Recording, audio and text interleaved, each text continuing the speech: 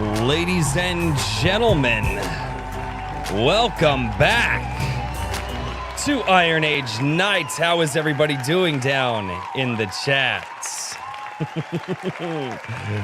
They should have never given me a soundboard. Oh, I love it. I love it. Oh, that's much too long. It's far too long of an audience applause, I think. That's why I just got to hand it up every time it happens. Right. Absolutely. Have to ham it up every time it happens. That's what we've got to do. Well, ladies and gentlemen, we have a fantastic guest this evening. As always, I have fantastic co-hosts, but even more so, I have a fantastic chat that we have to say hello to. And chat, let me know how the audio sounds. I got a new microphone, and so we're seeing how it sounds. I messed up a little bit in the video yesterday, so let me know how that is. But without any further ado, we have John A. Douglas down in the chat. Hello, good sir. Isidro Lopez Irwin is down there as well. Eric Grant. Hello. That's a new name, I believe. We have Summer down in the chat as well. They say they didn't know Blaine had a new book. I must get this. And that mech design is sick. So you're already getting compliments, good sir. TJ Marquis. TJ's down in the chat. Yep. Darkish Multiverse. Horizon Talker. Hello. Lee is down there. Brian McCoffin, how are you? Joseph Peck, it's fantastic to see you. Maji Chan, Toxic Crusader, The Lord Otter, Skunks Workshop, Swift Sword Rush, 10 Cage, Kikomon is down in the chat as well. Kikomon is, Blaine, you'll get to know Kikomon. He is probably more popular than we are on this show. Trippy Soul, hello, how are you? Raul Nyanzi, James Esparza, it's fantastic to see all you down there. Midnight Mike, JVP Music, who was a guest just a short while ago on the channel, has a fantastic metal audio comic out right now. Seleucid, I am not going to be able to read that word. Argiraspide. Hello, 365 Infantry is down there. Billy Bobsack, and it keeps growing. I literally can't keep up at this point. All right, Heterocron Media as well, podcast, and Stay Based. Okay, I think I am caught up with everybody, and if I missed your name down in the chat, you are more than welcome to shame me, as the chat always does every single Friday. One of us needs to get a bell. Shame. And Kikomon kicks it off with a $5 or with a $5 Drink with Crazy memberships. Thank you so much, Kikomon, for doing that. I appreciate you, good sir. Kikomon. So all right. Oh my goodness, Lord, I don't know how I'm gonna do that when the chat gets really big. All right. Yeah, the whole show will be just you reading chat names. That's it. Well, guys, it's been 3 hours. You know, it was a good interview. Hope everybody checks it. It's going to be great. All right. And ladies and gentlemen, I would also love to invite you guys over to drinkwithcrazy.locals.com. Where if you guys would like to go over there, chat and share some memery, you are more than welcome to go over there and share the lulls in the memery as well. A lot of people in my chat do like to go over there, and they like to send in tips and super chats that way instead of going through YouTube. And so if that's your fancy, go to drinkwithcrazy.locals.com and never forget to go and join my fantastically awesome community over in Gilded. It's kind of like Discord, but a lot less communist. So, and a lot more twitchy. I was gonna say it's a low bar though. Well, it is. It's a very well, you know, sometimes the low bars are the easiest ones to reach, Richard. Jeez. Never mind. I'm just gonna let that one go. Wow, really? That was a slow pitch down the center. All right. And I was waiting for something. I know. No swing. Oh, he's taking it easy on me because I have a headache. That's why. Thank you. Yeah, I appreciate it. Yeah. Sure, that's the reason. And Richard, how are you doing this week? How have you been, man? Been doing good. I was gonna say I moved the streaming setup kind of. Initially all week I was like, all right, I'll do a little bit of this, and then the bookcases took a little bit longer to put together than I expected, and then it came Looks down awesome, like though. 2 hours ago I was running up and down the stairs getting stuff and like knocking the boom arms over. Yeah, no. Anytime you have to do setup and stuff, it's terrible. Yes, but otherwise, it's been a good week. Yeah, no, good man, good. I hear you got a lot of big things going on over on. I actually checked out your video you uploaded the other day about some of the changes that you're doing with content and uploading. So that's going to be fantastic. Yeah, and while we're talking about that, actually, I should mention that the prompt voting for the December short stories has started. So if you would like to read some short stories that were submitted as part of the Iron Age Media image prompts, I encourage you to go check it out. It's at ironage.media /vote.html, and I'll get the link to Royce so that he can drop it in chat here. Yes, please and thank you. I posted about it earlier. Fantastic. And Mr. Daniel P. Riley, the worst self-shill on the planet. The man couldn't shill his own stuff if it would feed him food while he was starving. So, sir, how have you been this week? Doing great. Actually, it's been pretty nice, quiet week.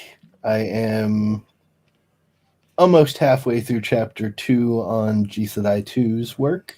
Fantastic. Got some more artwork coming in, the usual stuff, and I had a pretty good meeting earlier. So it looks like I am going to have the opportunity to devote some more time to the community like I wanted to.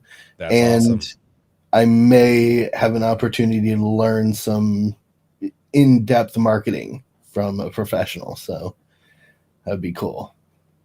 That's cool. I also like that you're being cryptic. The only reason I'm being cryptic is because it's a maybe at the moment. We're still talking about it. Understandable.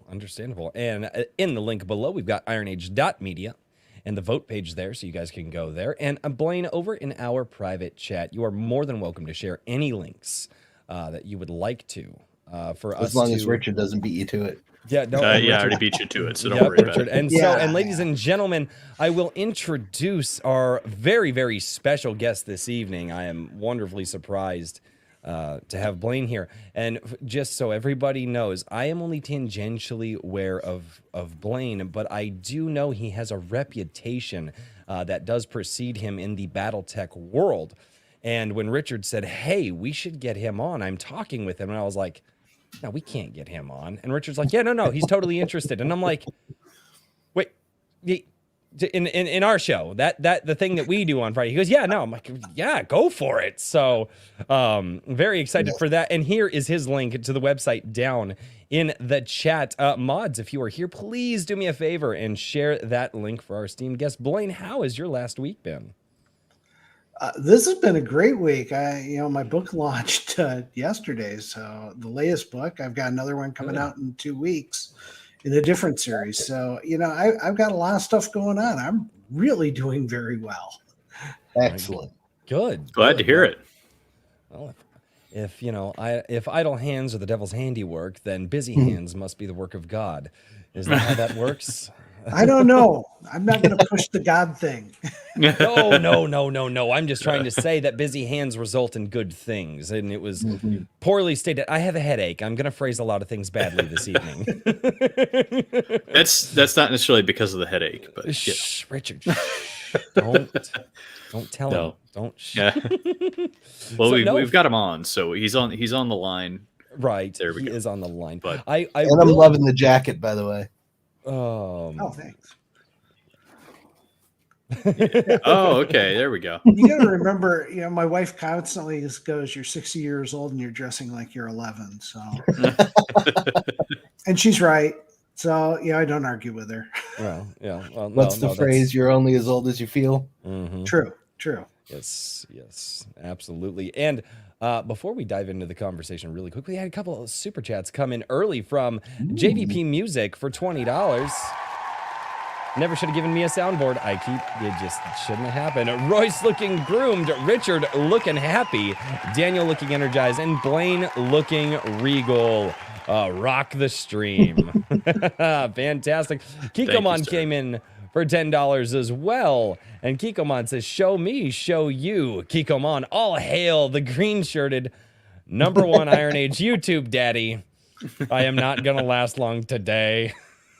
LOL. to soy is real.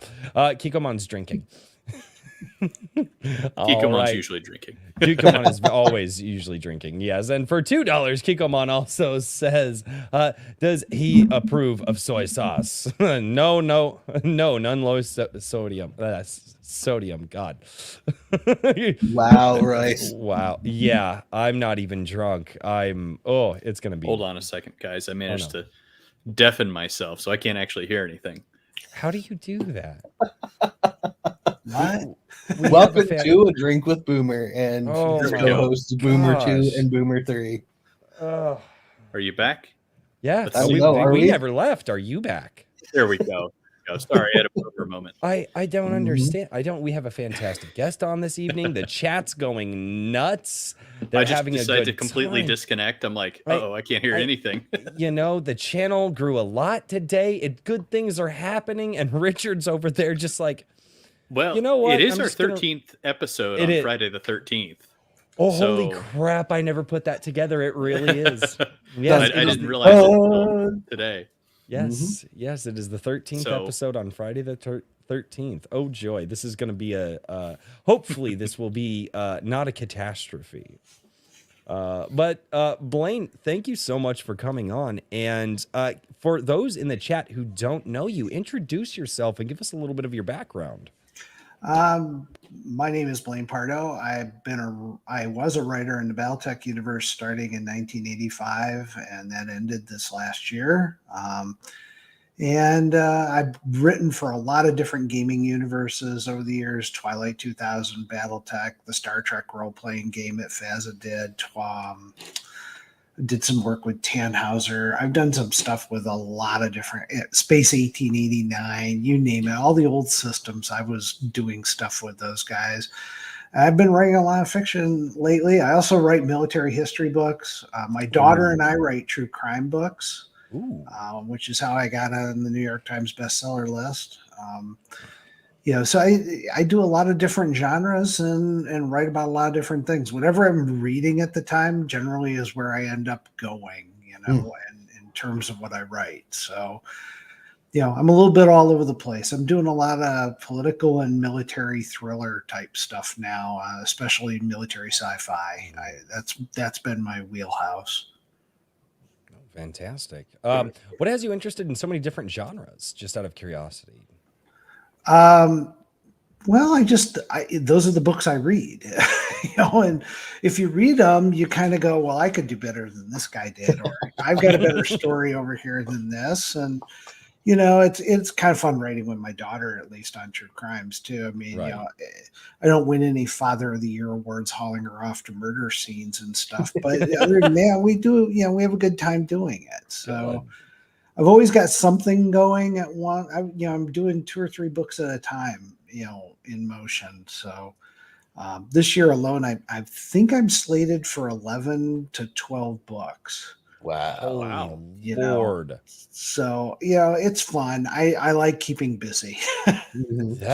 Are those how long does collaborative at all? Yeah. Or how'd you only manage one that? of them. Well, no, I shouldn't say it. Only 2 of them will be. One is one where I've contributed to an anthology, and one is something I'm working on with my daughter. So, very cool. Yeah. How long does awesome. it usually take you, or you and your daughter, to finish a manuscript, finish a rough draft? For true crime, it's a lot worse because you have to do a lot of interviews and research. Sure. When you write fiction, it's great because you can make shit up. You can say, I think the weather in this scene is rain, so you can do that. If you're writing true crime, you actually have to look up what the weather was and stuff. So it takes a long time. I would say those books tend to take around. Well, in some cases, it takes us 2 years to do the research to crank one out. This one, because we do a lot of cold cases, which are very different in terms of what you have to do. This one that we're stepping into is a case that's been resolved. And so it's a little bit different in terms of the amount of digging and research. Plus, a lot of the people that are involved are dead. not So- from the crime, but it happened in 1967. So a lot of Mhm. the witnesses, et cetera, are gone. So it makes it a little bit easier and quicker to go because you don't have the people you have to track down to be able to interview. They're not existent anymore. Yeah. That's really interesting, and I Makes imagine sense. true crime is probably one of those genres where the fans are like, some people talk about like sci-fi fans wanting to like get crazy about, oh well, actually the quantum, Let me tell you, there's a ganglion thing wouldn't called work, Crime but- Con. Yeah. Right. Yeah, but I Part of bet it. true crime is probably like that times 1,000. I was actually a speaker at Crime Con for the Colonial Parkway murders here in Virginia, and I went and did a panel on that. I'm not beating a path back there. First of all, I was one of like 3 men that were there. It is, Hmm. from what I've heard, it really is a- attracts a lot more females. Yeah. And they're very different. That's the only way to put them. They're very different. They sit around all day watching Oxygen and and ID Channel, and Right. it's a quirky crowd at times. I enjoyed it, but I don't think I'm going to be beating a path back there to be speaking again. It's just a personal preference. That's all. Maybe once every couple of years when the urge strikes you, right? Yeah. I never say never because you never know where you're going to end up. Right. And what you Absolutely. feel like. True. But the podcasters and stuff that are there too are very different in some cases. I wonder if Rob Gavigan shows up to stuff like that because he's all over things. If you've ever seen, he started out as Rob Dyke, changed his name a while back, like even legally too. But Rob Gavigan does a lot of the true crime cases, talks about, infamous, I should say, serial killers in America, and some of the, things like that, goes through the crimes. And my wife is all about stuff like that. That's how I know about that world. So, Oh yeah, it's different. It's a different crowd. mhm. So it takes a lot to get your head in the game for a true crime book. Yeah. I can I'll bet. imagine. So I try to do as much realistic research for what I do as far as details are concerned, which can take, maybe a month of solid effort. But I can imagine how much deep dive you need to do for a true crime novel. True story, and I've told this before to other folks, but you guys will probably get a kick out of it. I got one night my wife came down and I was going over some autopsy photos on my computer. And I was really focused on the photos, and she came around behind me and she's like, "What are you looking at?" And I think she thought I was looking at porn or something. And then she's like, "Oh my God." And she's like, "This is a lot worse than what I thought you were looking at." Did that. It's Go- like, sorry. as You if know. to go back to looking at live naked people, not dead naked people. Mine's the reverse. Oh no. I for Geese and I, for the combat scenes, because they're sword fights, I was doing it like a couple of days worth of research into what wounds actually look like. And Ooh. so I'm sitting down here in my sitting room at my in my little office corner doing my thing, and my daughter comes down and she can kind of barely see the screen, and she's like, "What's that?" Because all sorts of interesting colors. Yeah. So she comes over and she goes, "Ooh, what are you looking at? Why are you looking at that?" And she's all interested in it because she's a little morbid. To me, the other thing is my wife is the safest person on the planet because she knows that if anything happens to her and the police get on my browser history, I'm going to go to jail. And I don't. I go out of my way to make sure she's safe. Yeah. Sure. I actually saw an article about that.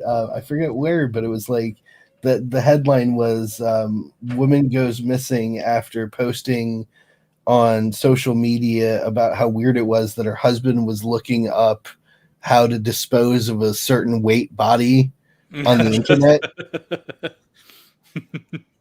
Yeah. Like, come on, are you gonna be that obvious? Yeah, well, there was. It was the woman up in Massachusetts who worked down in DC, and her husband had looked. He had actually Googled how to dispose of a 115-pound That's what it female was. body, Yeah. Oh and it my was like, gosh. this guy has got to be one of the dumbest people on the planet. Plus, she disappeared, and they pulled the receipts, and he had bought $450 of cleaning products the day she disappeared at Home Depot. They Yep. found him in the basement along with traces of blood. Oh, Yeah, good it's Lord. like this guy has got to be the dumbest guy on the planet when it comes to doing this stuff. It's like, it's amazing, you know. That's nuts.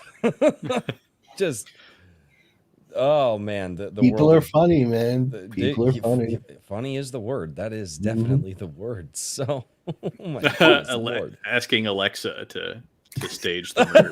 There you There go. you go. Hey That's- Google, that's how like- do I? Yeah, no. I'm Alexa, gonna go to can you chat, get rid of my wife? Yeah, I'm gonna go to Chat GPT and be like, no. can you please plan out the perfect murder for me? And then the AI will spit it out and be like, there's no traces left behind by There's this, I'm no sure. choice. Yeah, The only time you should be worried is when it says sure. Yeah, right. Oh, no. Oh, Or its no. response is contacting the FBI. Yeah, there you go. I'm like, oh, great. Oh, God. Yeah, that chat GPT is nuts. But let's not go off on that Yeah, I tangent. know. However, Blaine, you just dropped a new book. Can you give us a little bit of the skinny on that one and what's going on Please. in the story there and your Yeah, I'm kicking inspiration off a for it? whole new series with Brent Evans. It's called the series is called Land and Sea. The first book is called Splashdown. It's set, in 2039, so it's near future, military sci-fi book. And what's happened is there's been a whole bunch of anomalies in the oceans, and we've discovered that those anomalies are actually aliens have landed in the seas and have been doing it for 5 years, preparing for the onslaught. And this book is kind of the foundational book of the series to kind of set the world building and establish this ensemble of characters we've created. And then it really opens up with the aliens making their presence known. And so you get the initial battles that take place primarily on Guam, where you're going to see the Marine Corps go at the aliens. And the aliens have very distinctive, different technology than we do. Everything is biological based. That's always fun. Which is just, it's totally something that the military is not prepared for. And so plus they're not used to dealing with aliens, as you can imagine. So, you get a submarine captain who's dealing with these underwater aliens. You've got, the troops on the ground are fighting them. Plus there's other characters that we're kind of introducing that will throughout the series be kind of key characters for some of the stuff to do this. And of course we have mecha. We as evidenced on the cover, I'm not going to blow things up unless I can do it with a big stompy robot. So we're going to have Yes, sir. a couple of big stompy robots out there, but they're a little bit more reality based. Having been writing in Battletech for 37 years or so, it was good to kind of be able to go back to scratch and say, so how can we do this right? And how do we do it so people don't have to stretch their imagination and things along those lines, make it more plausible, And so the technology that's there is stuff in many cases that is being researched right now by DARPA and other groups. So we really just expanded on that and said, well, this is the next logical step out. Of course, I had to have a mecha there. So Yeah, of course. So I have a bunch of questions. First of Fire all, away. about the Land and Sea series as a whole. When is because I feel like the Land and Sea series, has that been around for a little while now? No, this is first book, first time out. Was it Shock Monkey Games that? Yeah, was Shock doing Monkey is some a of the- division of Creative Juggernaut, which is the company I'm one of the owners of. So Oh, okay. I was curious Right on. about that because I think I'd seen something teased about it a while ago, and I wasn't sure. It We might did have just a been a we couple did a months ago. Kickstarter But for our drinking game for the election. Oh, okay. Flash. It Election. was a Okay. card-based drinking game for the presidential debates, Okay. which was I a lot of fun until like the third round, and then I don't remember anything after that. Okay, we're I gonna was about to bookmark mention that that. conversation for Mhm. later because that sounds right up my alley. There you go. You can have I have a quick, you can have seasonal variants. yeah. Uh-huh. I have a quick question, just because I was curious, but I get distracted by my daughter for a moment there. When you say you were talking a little bit about the big stompy robots, when you say in a little bit more like back to basics, were you talking like walking heavy artillery or rudimentary mech suits? Well, these are more mech suits. They're 12 feet tall. They're not 3 stories tall. They carry ammo that you could actually carry. One of the things that used to drive me nuts in Battletech is you'd have these 3-story mechs carrying 300 missiles, and I'm like, where are you putting Yeah. those? Yeah. Where You did they know, fit? like it's And why haven't you exploded when someone shot you?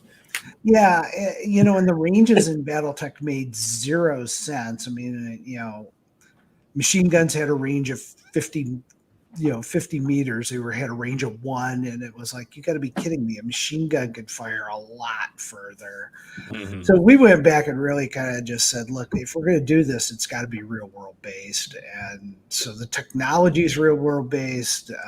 The ammo is real world based.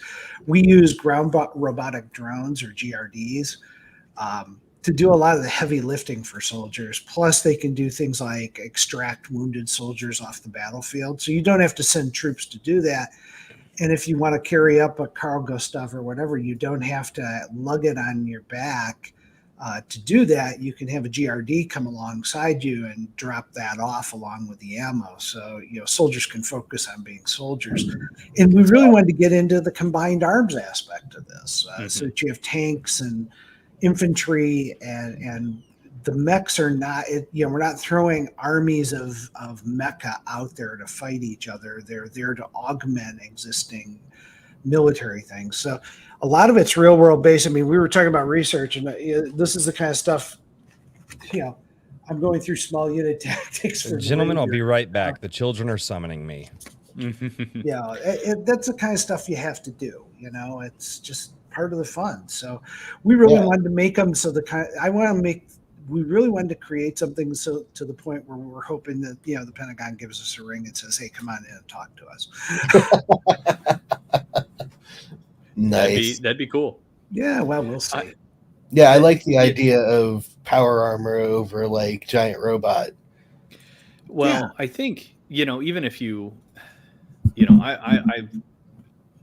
it's really too bad what's going on with Battletech, because I love the franchise in a lot of ways, and it was one of the first video games that I really got into was Mech Warrior 2, and that just captured me. And unfortunately, my favorite, I picked mechs. I was I don't know how old I was, but I was very young, and the mech that I chose to do the missions was a Nova, and a stock fit Nova. So whenever I shot the lasers, the whole thing would literally just blow up from the heat. Yeah, the heat was bad. It's one of the most famously bad mechs, but I kept picking it because I just was like, oh, I like the way it looks. Surely this is the only criteria I need to know. I'm 7 years old. Or Aesthetics only. And so anyway, but ever since then I've been really interested in mechs and Mech Warrior, and then actually getting into the tabletop. I've only really been avidly into it for a couple years now, but it's too bad what's going on culturally. But one thing that I always felt was the combined arms games seemed so much more interesting in a lot of ways for tabletop, but man, it's really hard to make a 3-story tall robot balanced in any way against a bunch of squishy people. You know what I mean? You just can't do it hardly. And so I always thought the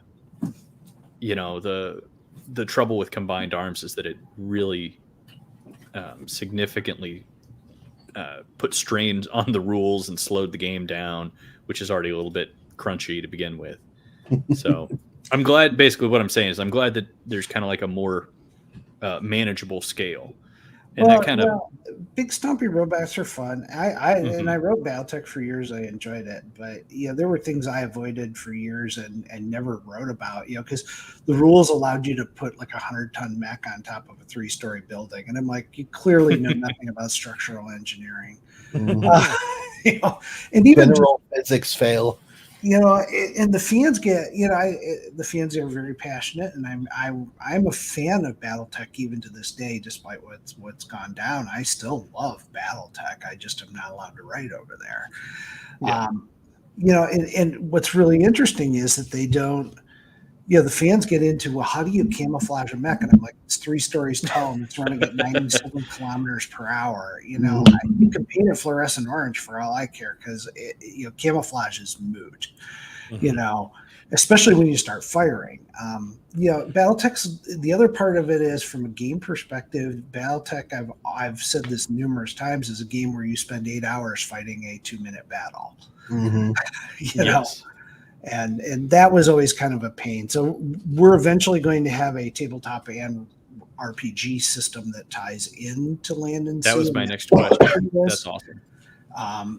The game is designed. I did the design work. It's in development right now, and in 2 weeks I get the tabletop rules. We're going to go through the first round of the development stuff for tabletop to make sure the mechanics all hold up. A lot of it's the math crunch that you do at this stage too, to make sure that it makes sense.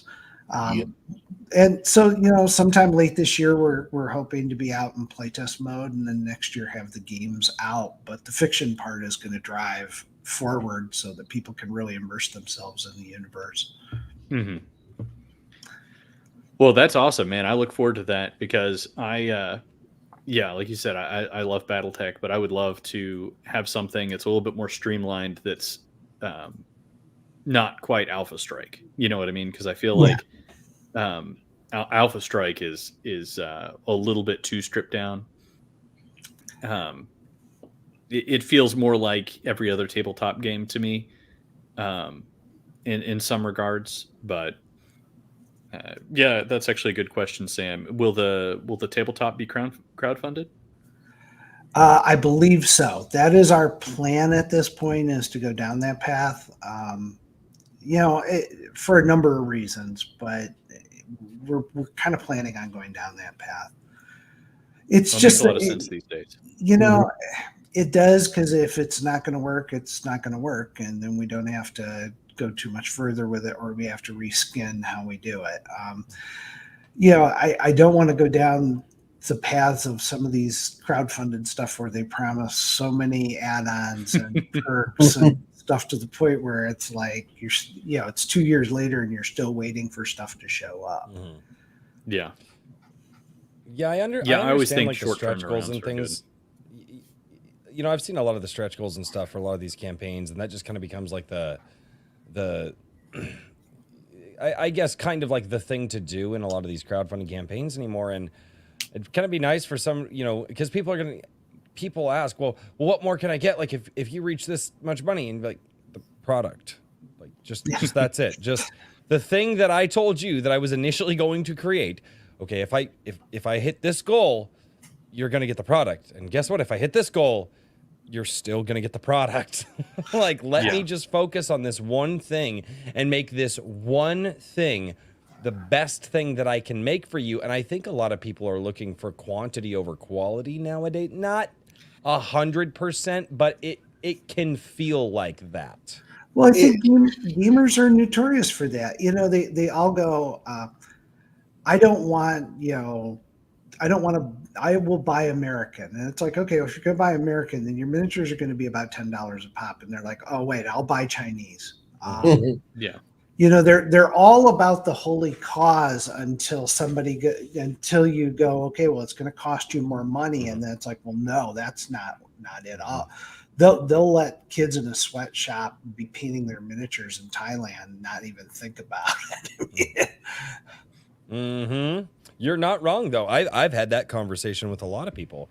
You know, when everybody says, "Oh, well, we need to buy American, we need to do this," I was like, "Yeah, but you don't want to." Well, yeah, we do. No, you don't, because you're not willing to pay triple the cost for the things. Like, Yeah. Mhm. just like you know, and obviously for good reasons. Like, most people have budgeted around the economy that we have. As screwed up as the economy is, that's where the budgets are. And so True. it's really kind of hard to get behind that holy cause when you go, "Oh, wait a minute, I won't be able to afford my mortgage if I buy American." Like, Yeah. Well, I just want to put it out there that my kids are going to be, I think, sweatshop age here in about another Oh. 2 to 4 years. So Yes. I'll be offering my my Oh, services here There very you soon. go. oh I think my God, I have so many ideas. Yes, there you go. I think the landscape's probably going to shift on that, though. We've had sort of at least on our side of the minefield, a pretty decent awakening to how things actually work, as Mhm. opposed to just putting your head down and walking through the checkout line. Because of what's gone on with the economy, people are looking at, where the food's made, what it's made from, and how much it actually costs versus how much you're buying it for. And with that, I feel like maybe some of the Billy Mays mentality is going to start falling away. And I say that because I made a Billy Mays joke like 5 months ago, and his son actually, commented on it, which was pretty funny. But but wait, there's more mentality that you see in these crowdfund campaigns. Anything to get somebody to, pitch in, and so you can reach your goals. I think that's going to start to fall away from the wayside once people start to realize how much effort goes into what's there in the first place. Well, and I think some of it is too. We're coming to the realization not only is our supply chain very fragile, but the world is very. There's a lot of shifting sands out there, and a lot can happen. And a lot of these companies are banking on, China to produce their goods. And so, what happens when China invades Taiwan and we start leveling sanctions at them, and the cargo ships aren't coming? Well, your Kickstarters are all dead, and Yeah. Well, China is notorious as well. I have seen it numerous times where miniatures that are being made by and sold by a company in the United States are being sold, kind of black market in China, Mhm. for a hell of a lot less. So, it's just one of those things that I think going for the cheap source, China. I think people are going to go away from that, and go, yeah, I'd rather pay more, but know that I'm actually going to get it. Something I've seen recently, as a consequence of kind of being a part of this whole Iron Age thing, which Razor Fist kind of coined the term, but it's something that's been going on. Is there is a movement out there of individuals just doing and creating their own things, and I believe that is because just the cost of technology has just come down exponentially to the point where 1 to 2 people can self-manufacture themselves what it would have taken probably 20 or 30 people 100 years ago to do. For instance, my brother, and I'll give a little bit of a shout out here, my brother does his own Kydex open carry and concealed carry holster business. He actually he fully transitioned to his own business last year. It's called Nice. Ivory. It's called Ivory Holsters. He does all of it out of his garage, and with a little bit of help from the family. But he's able to pump out with just the technology the way that it is now. He is able to pump out an immense amount of holsters, which, I mean, even 20 years ago would have been unheard of for a single person or a group of people, to be able to pump out that much quantity of a quality product. And so I think that what we're going to start seeing here is we may get to a point where we can buy American, because we're not going to be buying from major corporations. We're going to be buying from individuals again. Yeah, I think Hopefully you're right. so. I agree. I've been reading, my self-imposed exile here from writing Battletech. I had the great opportunity to start reading actual indie writers again, and it's been fantastic. I have really been stunned at the quality of the stuff that I've read. And I'm like, and I've been published by Penguin Putnam. I've been published by a lot of big publishers over the years. And I'm like, some of the stuff I'm reading is better than what I can go to a Barnes and Noble and buy from a major league New York publisher. The difference is this is some guy this is his first or second book, and he's self-publishing it, but it's good stuff.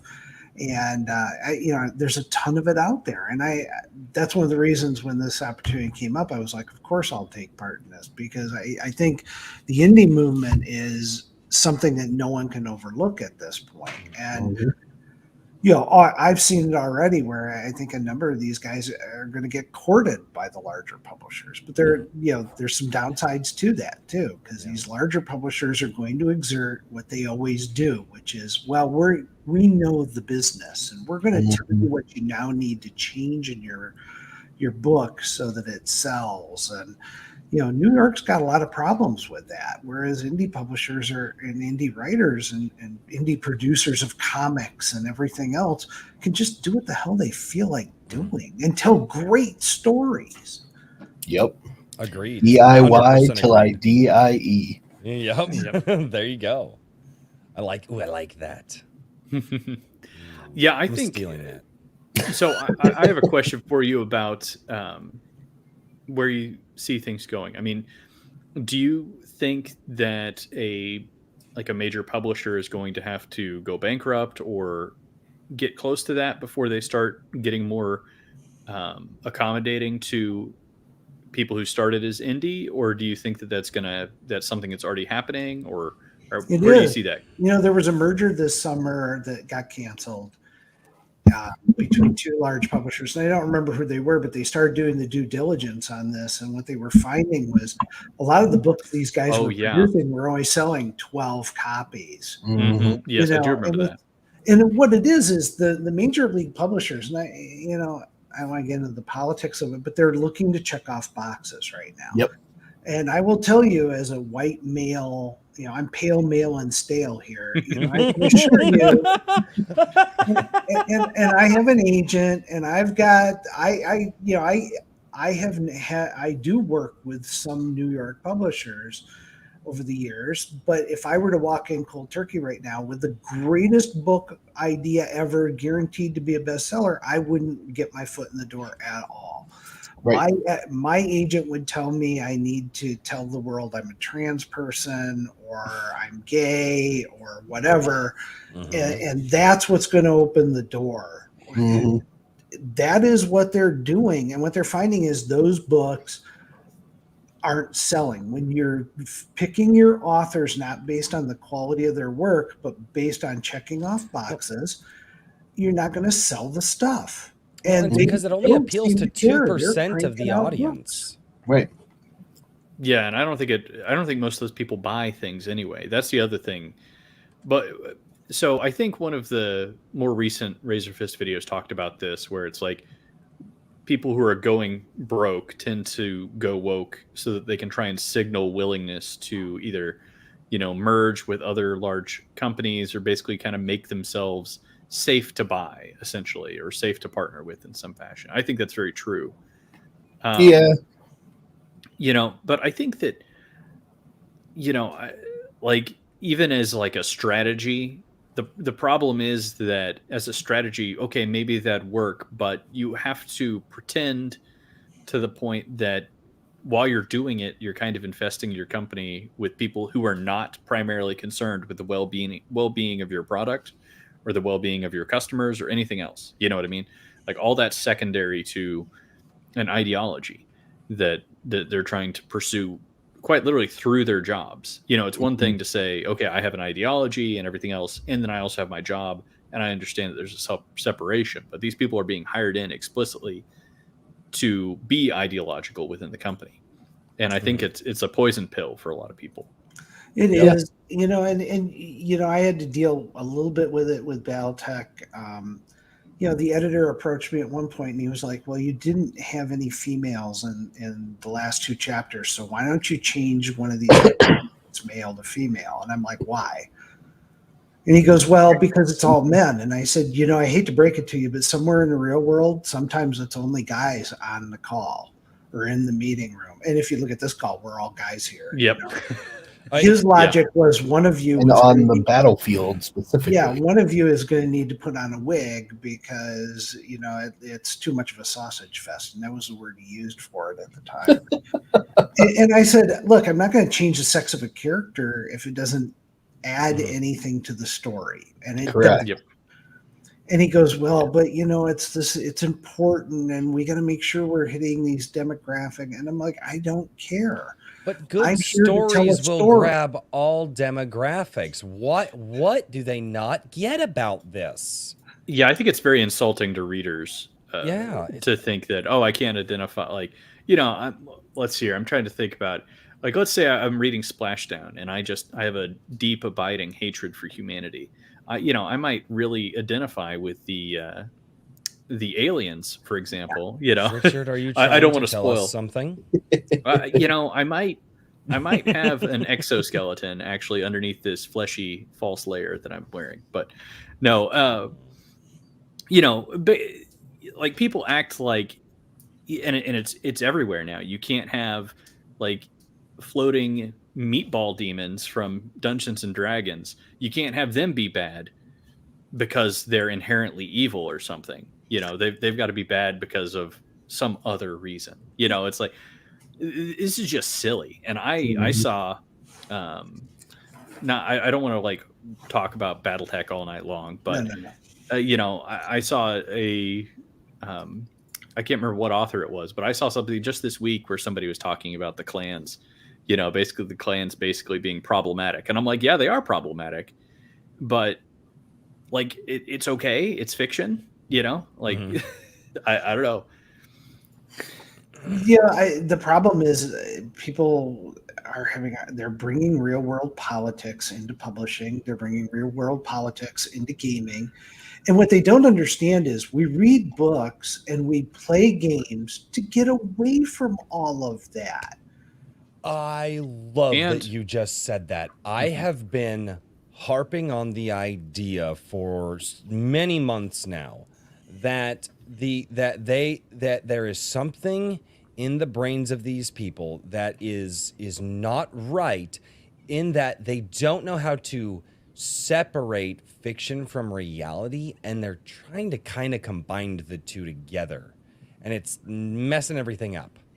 Well, when you lock everybody up for a year and tell them to be on the internet and not interact with other human beings, it accelerates the problem. Believe me, I write some political stuff. The Blue Dawn series you see over my shoulder here is it's a conservative political thriller series. I'm unabashed about it. I don't care. It's something I enjoy writing, and that's where I put my politics stuff. I don't put it in any of my other stuff. When I'm writing military sci-fi, I'm not interjecting any political agenda or anything else. But their whole thing is, well, because you wrote that, no one can read any of your books. It's no longer this mindset of, gee, I'm not going to buy your book because I don't like your politics. It's not only am I not going to buy your book, but I want you to stop doing what you're doing, and no one can ever buy your book again. I want your books pulled off the shelves. No one should be allowed to read you. And it's like, what the hell is your problem? You literally are trying to break how the entire system works because you're upset. And the whole reality is the world doesn't owe you not being upset. It almost feels like people are trying. It almost feels like people think that the block button on Twitter exists in real life. They do. Yeah, but they want it to. Yeah. It's just strange. It's so strange. Anyway. Yeah, no. Well, that's what social credit's all about. I wasn't going to get too far down into the weeds, but yes, 100%. Yeah. And do we really need social credit when we already have credit scores and we're trying to go cashless And anyway, never mind. Sorry. Okay, you guys are touching all of my tangent buttons. I've been promising Sorry, you that I I'm won't stopping. tangent. I had my smile on for a reason. I was like, Royce is so Sorry. going to take the bait. It's my first time. I'll be just. I love everything that we're talking about right now. Like to the point that I will hardcore, like I almost hardcore derailed the stream getting away from your work and the things that you enjoy to talk about all this world insanity. But I won't do that. I promised my co-host I would stop. We'll save it for another stream. Just a few more minutes, and then we can go off the rails. Yes. Oh, well, how long did we try make to it? hold it How long did we make it last week before we went off there? What, about an hour and a half? Yeah, usually it's the hour and a half mark we lose it. Yeah, 9 is like the bare minimum in my opinion. So we got 8 minutes. We can hold it together for that long. No, I wanted to just get back to talking about Splashdown. We'll be fine. Yeah, I actually have some more questions about Splashdown. Okay. So one thing I noticed while reading Splashdown was there. I mean, obviously you're doing a lot of world building because you've got like. So you have, I think you have 8 characters that are like primary characters that are recurring. Is that's correct? I don't, I never sat down and counted them. It's okay, but you have a good number of them, and then you have the what do you call them? The cycles, where you do basically a series of short stories. I mean, you have a ton of characters in that book, and obviously, whenever I got the advanced copy of it and was reading it. It was in an ebook, and I'll be honest with you. I ran up to the end of it, and I was like, "It's the end right now." What the? I was like, "I don't like this at all. This is upsetting. Get me the next one." Chop chop. So when is the next one coming out? February 16th. The pre-orders up for the Kindle. Okay. I thought it was real close, but you said the next. I was going to say I thought that was your next release. So you've got one in between now and then. No, February 16th will be the next book, and then I think it's March 20th is the third book. Okay, great. I've also written books 4. Book 4 is done and is finished edit. Book 5 is done, and we're going through edit right now. Wow. So the goal is, and this was the advantage of working with Wargate as a publisher was, look, we don't want people waiting 6 months for the next book because they lose interest. Mm-hmm. And Wargate was like, no, we're going to pop these things. At least the first 3 are going to come out a month apart. So, you finish one, you're not going to have to go back and reread the first book to remember what happened. You can jump in. I'm doing the opposite of George R.R. Martin. I'm actually producing books. Nice. Well, I'm really glad to hear that because I want to tweet that. I enjoyed the story a lot, but like my only reservation.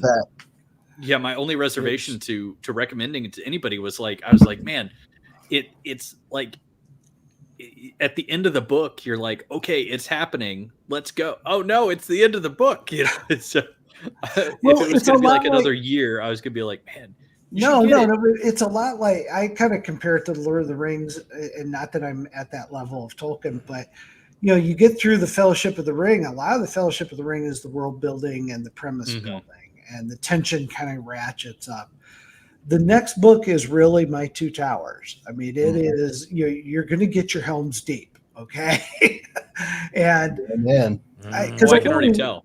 I live outside Washington, D.C., and I've always wanted to blow it up. And I'm not going to pass up that opportunity. Yeah. Rule 1 for being an author. Don't be George R.R. Martin. You don't. Unfortunately, you don't get George R.R. Martin's money not being George R.R. Yeah, I was going to say, I don't know. I might take his money if it, I don't know. Well, anyway. Yeah, but I don't want to be the douchebag that he is. It's just, he's so... Yeah, really I should be working on that, but I'm going to go work on other things. And it's like, he doesn't seem very happy either. No. I don't know any author that reads forums and changes his story because he saw something guessed, like that seems like somebody who doesn't have their priorities in line. You know what I mean? Like, like if I were to tell you I guessed where I guessed something in the next book, if you're like, oh, I got to edit it. I'd be like, you're a crazy person. Like, that's not like, don't do that. That's like part of the story writing process, you know? Yeah. Mhm. At least to me, you want to telegraph some things, but Well, I'm glad you enjoyed the book. yes, definitely. And I don't I feel enjoyed it. guilty at all about leaving you hanging. Well, if it's only a month, then I'm happy to be left hanging, but for just 1 month, you know what I mean? So that's good. I'm gonna have to pick that up, and I'm looking forward to seeing where it goes. Eh, can I ask a kind of a slight spoilery question? But with the um, wargaming, the tabletop game, are you thinking currently like 2 or 3 factions or more? It's a little bit different. It's small unit action. Okay, so it's not really that kind of thing. Interesting. And I'm going to go into spoiler territory. Okay. Okay. Yeah, You one of the heard it things you're going to first see here. rise up out of this is, I don't want to call them factions, but there's, one of the things that made Battletech successful was the mercenary units, because you could go off and create your own little mercenary unit, Mhm. go blow stuff up, and you had fun. You had your own paint scheme, the whole bit. And I want, when we were doing this, I was like, we need to capture that in some way. So we have militia units that were formed to go hunting fish, and that's what we call the aliens is fish, because we don't know where they're from. So there's no point in trying to come up with a cool space sounding, they're from Kalos 9, and so they're the Colossians type thing. We don't know where they're from. So there's going to be militia groups, so there will be multiple factions like that, and there's also people that are. This war will hit every coastal city on the planet, and you'll get that view in the second book, definitely. Which means you get to play this game if you live in a coastal city, and 2/3 of the planet does live near the coast. You'll get to use Google Earth and actually run the scenarios in your local town. So you can also have freedom fighters, which are people who don't evacuate when the aliens invade, who stay behind, because there's always people that stay behind. Every time they evacuate for a hurricane, there's always the idiots that go, no, all right. Yeah. So I can create, you're telling me that I can create like a Florida man militia unit. All right. This is, you're going to have the capability to create your own little militias. Just be forewarned, we're going to make character generation real easy because, well, they're going to die. Yeah. Yeah, I kind of get that feeling based on the first book. So what you're saying is short character backstories. Yeah. Don't get invested. Getting emotionally attached. So when the game master says, "Hey guys, give me a decent backstory," just give him an okay one. Yeah. He worked at a 7-Eleven. Now he has a gun. Yeah, he worked at a 7-Eleven. Perfect. So you're going to have the regular military fighting, but you're also going to have a lot of militia units up. And we've got in the fourth book, it's an anthology of stories to give you more perspectives, but they're longer stories. And it's going to be really interesting because you'll get to see you'll see how the militia system operates, well, that's good because I was kind of curious. One of the thoughts I had was I felt like with the way the stories were broken up, with basically a chapter per character per act or whatever you want to, I can't remember, cycle. And there were some of them where I was like, could this have worked as a series of short stories? Just kind of thinking about it. And I was like, no, it really wouldn't have, because it wouldn't have had like the tension. You know what I mean? Like you couldn't just relive. It'd be sort of boring to really relive the same event or, limited number of events in the way that they would have played out. But yeah, I definitely enjoyed it. I'm really looking forward to the second one. I'm curious where this goes. Well, it's going to be fun. What I like about it, and I was talking this with John last night, one of the things I really enjoy is I get the capability of pairing up these characters.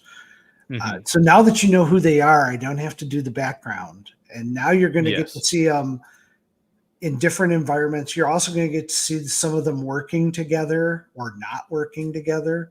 Mhm. And that's kind of fun because when you do that, you get different interactions than you might expect and some that you totally will expect. Yeah. So, Yeah, I can think of a few characters right now. Um, well, that's awesome. What I guess just to talk about some of your other works that you're doing. Um, you said that you had something from a different franchise that was coming out yeah, well, soon, it's not so much a franchise. I got approached by or Bain Books approached me to contribute to an anthology, one of their weird okay, horror anthologies. I have been approached. Wargate has a different universe altogether, their Legion universe, which is a military sci-fi thing, and hmm I've they asked me to do a book over there, and I've pitched them a story, and they bought it. So I'm prepping to go do that, which is more mecha awesome. stuff. They have mechs in their universe, but they've never done a story about that. So I kind of put Okay, together a framework to do that. So I'm working on that. And then there's also book 6, which I know what I'm doing for book 6, which is going to be fun because it's going to involve a Space Force character and some other stuff that's just very cool and different. And that's going to be a neat standalone book. Book 5 and book 6 are kind of just complete standalone books with a completely different set of characters. So once a year, we're going to try to do 2 or 3 books that are, the large ensembles again. hmm And some of the well, that's awesome. characters you're going to see from the original ensembles make cameo appearances in some of the other books. So it's Yeah, that well, kind of that yeah, that makes sense. I man, I'm really looking forward to that. I mean, it sounds like you're trying to bootstrap an entire you know universe fun. here in a big way. Oh So yeah. I mean, that's a huge amount of just words. I mean, good gracious. I mean, I don't even know how many words you're at, but it's a ton. Well, this first book was at around 125,000 words. Hmm The second book is, I think, 138,000, and the last book's 150,000. Jeez. So they're huge. Yeah. And one of my Well, I business. mean, you do have a lot of characters. I feel like you got to have a, you know what I mean. Oh You yeah. got to have a lot of words. Well, but we whittle them down too. hmm I imagine. Yeah, I kind of got the feeling. Yeah, not everybody walks away from this. So we'll see. It's fun. Well, man, I'm glad to hear it. And There we go. um, I was on oh, mute. oh, you were on mute. Well, I was. I'll let you cut Well, in. there's a lot of noise in my house currently, as there always is. No, I wanted to ask just, and I'm glad that I was on mute because you guys kept the conversation going. And I'm really glad I didn't interrupt when I wanted to originally. So, yay for me being on mute. But the question that I wanted to ask is, so you're having these more mech suit style, giant stompy robots. But let's talk about the diversity of the giant stompy robots. What are we going to see with how do the giant stompy robots what different kinds of giant stompy robots are we going to see? Are there can you talk about that? How maybe some factions might utilize different types or anything like that, or is that something that should be left alone? Well, it's not so much the factions will get them. What's going to happen is the militia units are going to get the earlier version stuff, like kind of like the National Guard always gets the crap. Right. Yeah. So you're going to get stuff that the National Guards rejected that's left over from the last war. So like the Gen 1 suits, which are more like Iron Man power armor suit type things. Mm-hmm.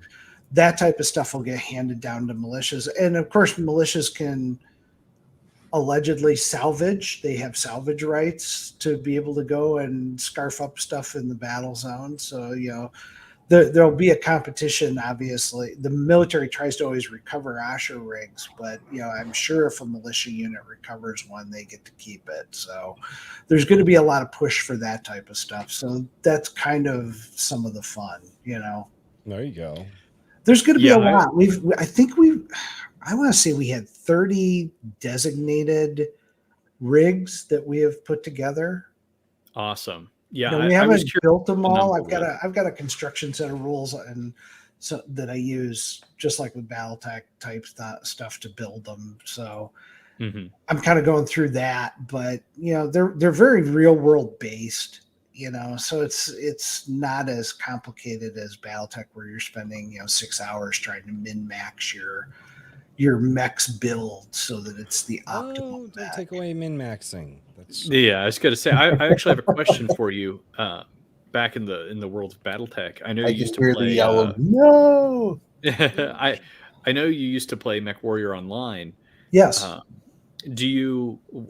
First of all, what's your favorite loadout? What did you usually play? I played the Kraken Atlas.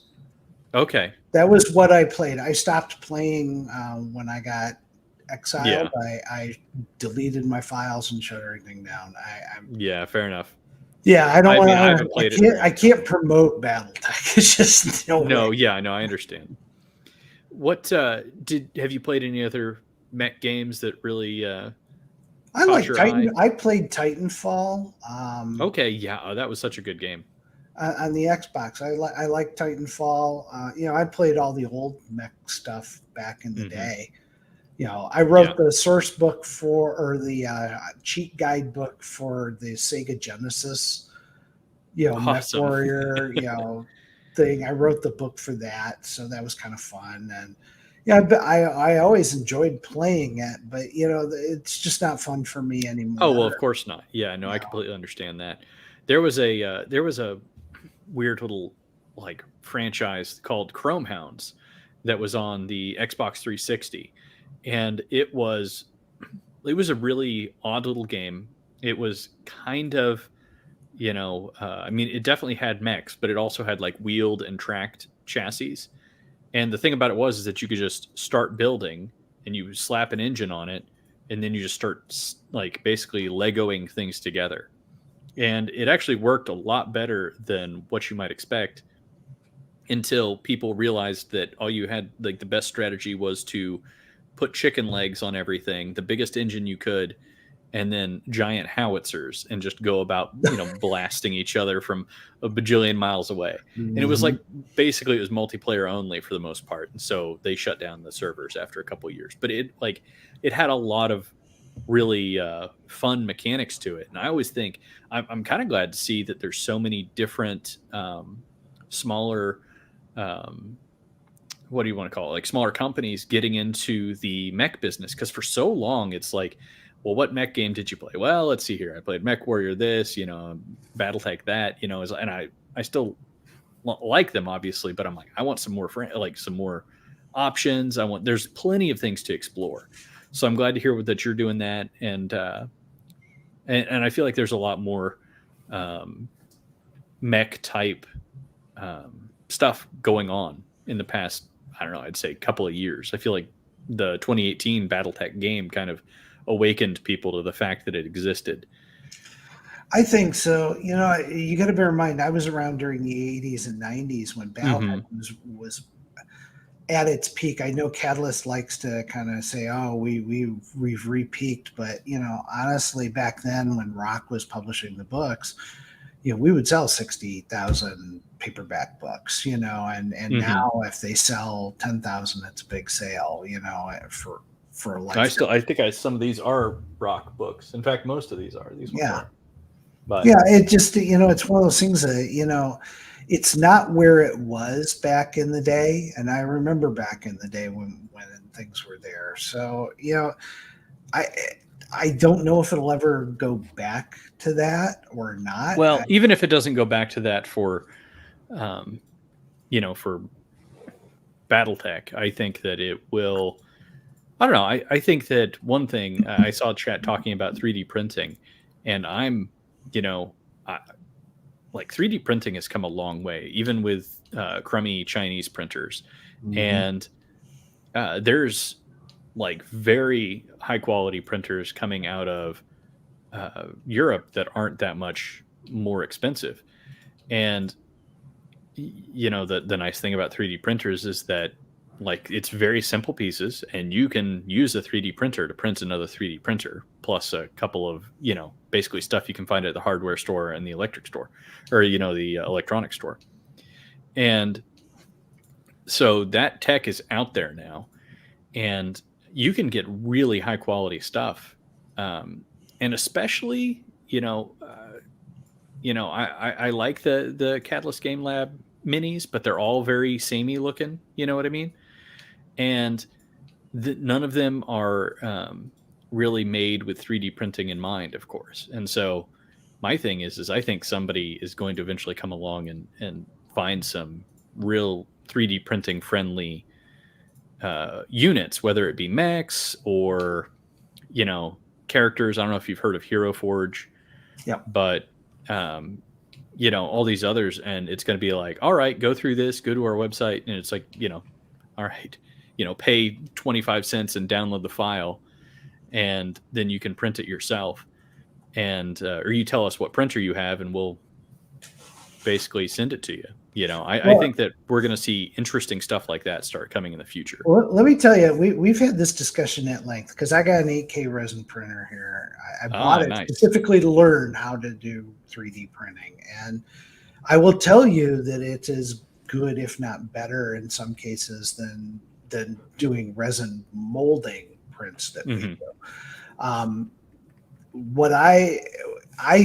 The approach that we've taken with Creative Juggernaut and Chunk Monkey Games, and it's something Brett and I and Eric and Kevin, you know, who make up the company, have had numerous discussions about. We're still working through the details, so this is all preliminary. But, you know, I said these companies like GW and Battletech that are sending out cease and desist letters constantly to 3D printers and telling them, hey, stop selling these mechs, they're ours.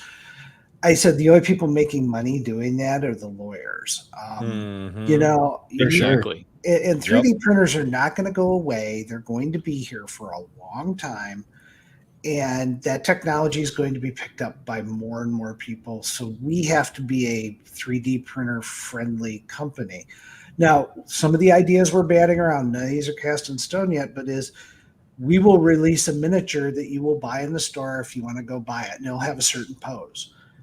And then maybe 90 days later or whatever, we're going to sell the STLs for that with a completely different pose.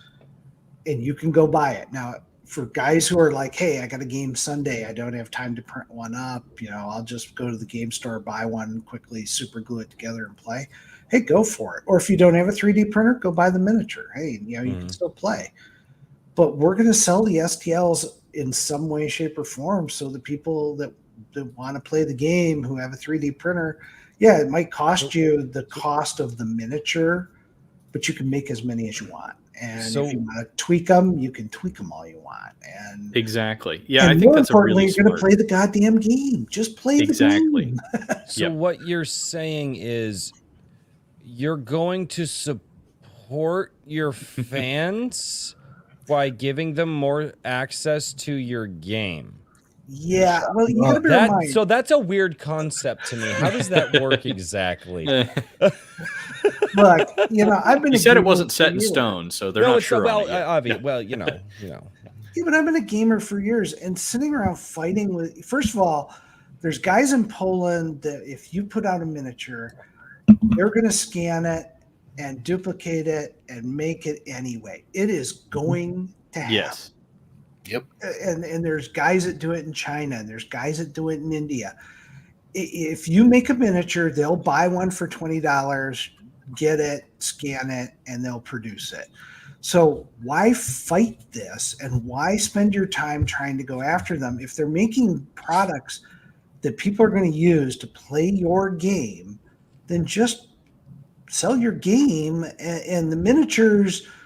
You'll make money because there's going to be people that never buy a 3D printer, or guys who go, look, I want that certain pose for the alien, you know, and you know, I want it I'll buy the miniature for it, or I can't wait till the STL comes. I'll go buy the miniature, and then when the STL comes, I'll buy the STL. You know how completist gamers are.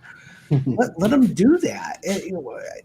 To me, fighting it, the only people who are going to make money are the damn lawyers. And all you're doing every time you do that is you're pissing off your customers. And you're telling them, like, I'm going to pretend your technology is something illegal, and it's not. This is the reality of the world we live in. And you know, this was done on an 8K printer. This is actually one of the aliens that's in the book, and you know, this is the size and scale of these things. You know, wow, and that's awesome. Yeah, and I like that it's multi-hex as well. That's nice. if you want to play with something like that, and you want to print that out, that may take on an 8K printer. That may take like 5 hours to print. You know, okay, well, if you don't want to do that, you can go buy the damn miniature. You know, but it's up to you. You know, and you're going to have to figure that out for yourself. But I don't think a game company should be dictating that stuff. No. Bro, dude, you need to read my Blue Dawn series. That's all I can say, is because AOC's in there. I'm waiting for like the Blue Dawn Land and Sea crossover, but anyway. No, that's not going to happen. But you know, there's a lot more battles coming up in the new books for the Blue Dawn series because the American Civil War is unfolding. So I could see us leveraging the rules. Oh, he said the temple word. He said the temple word. He did. Yeah. Yep. Do you have that? I think I saw you put out a tweet, or maybe it was a blog post, where you had a picture of that the fish mini as well as an Asher rig. Do you have that Asher rig within reach? Oh, is that it back there? Oh no. There we go. Very nice. That's cool. Yeah, I like that. Then that's the the one that's in the thumbnail as well, and on the cover of the book, I think. Yeah, it is, and it's 28 millimeter because this is gonna sound funny. Obviously, it's a scale we want to do the game, and we want to do a version of the rigs at some point where you can actually paint the pilot, put him in the rig. I'm down. I'm sold. Very cool. I know. It's like you can't do that with Battletech because the miniature would be like. Well, it would be. Yeah, it would be. It'd be tiny. So what you're saying is you're basically going to make action figures, and no, baby, I'm supporting this artist. No, it's fine, and you're going to give me an excuse to play with action figures again. You know, if you want to call it an action figure, I don't care. You know, to me, it's like, look, that's something I always want to be able to do. So we're going to do this. And the Asher rig miniatures are larger than the standard Battletech miniatures. You know, if I put it next to a Marauder, it's taller than the Marauder, it's wider than the Marauder, etc. But if you want to use it for Battletech, you can come up with your own stats for it. You know, knock yourself out, have some fun. But yeah, to me, I'm a gamer. I want to just play with stuff. I want cool miniatures. I want to blow stuff up and the cool factor. Yeah, I want that stuff. So they're definitely going to do it. Plus, these rigs have adaptive camouflage systems. So, yeah, I don't want to say cloaking devices, but it's a cloaking device. So one of the things we talked about is, you know, can you print them with the clear resin? You know, so when they're in a cloaked mode, you play it with just transparent, you know, and you put it on the field, and then when you shut off your adaptive camouflage or it fails, then you use the regular miniature to show it, you know. So there's a lot of cool stuff we've been playing with for a while that I can't wait.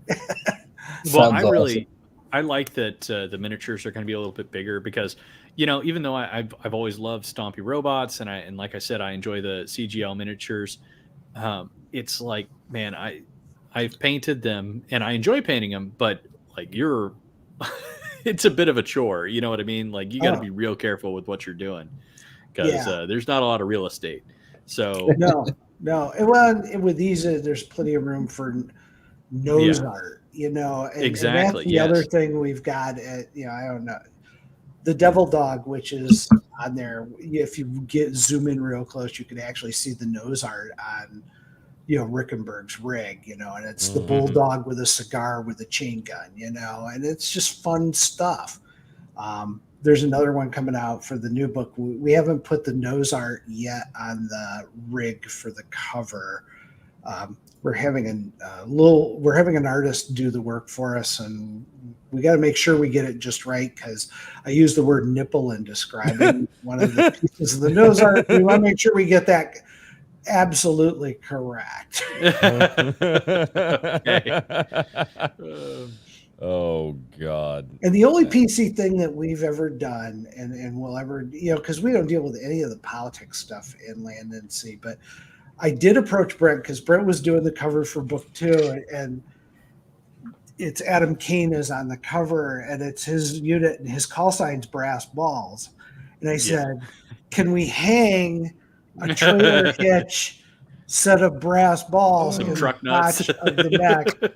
And I will say this, Brent actually took on the role of adult, which is a stretch for him, but he said no. Thank God.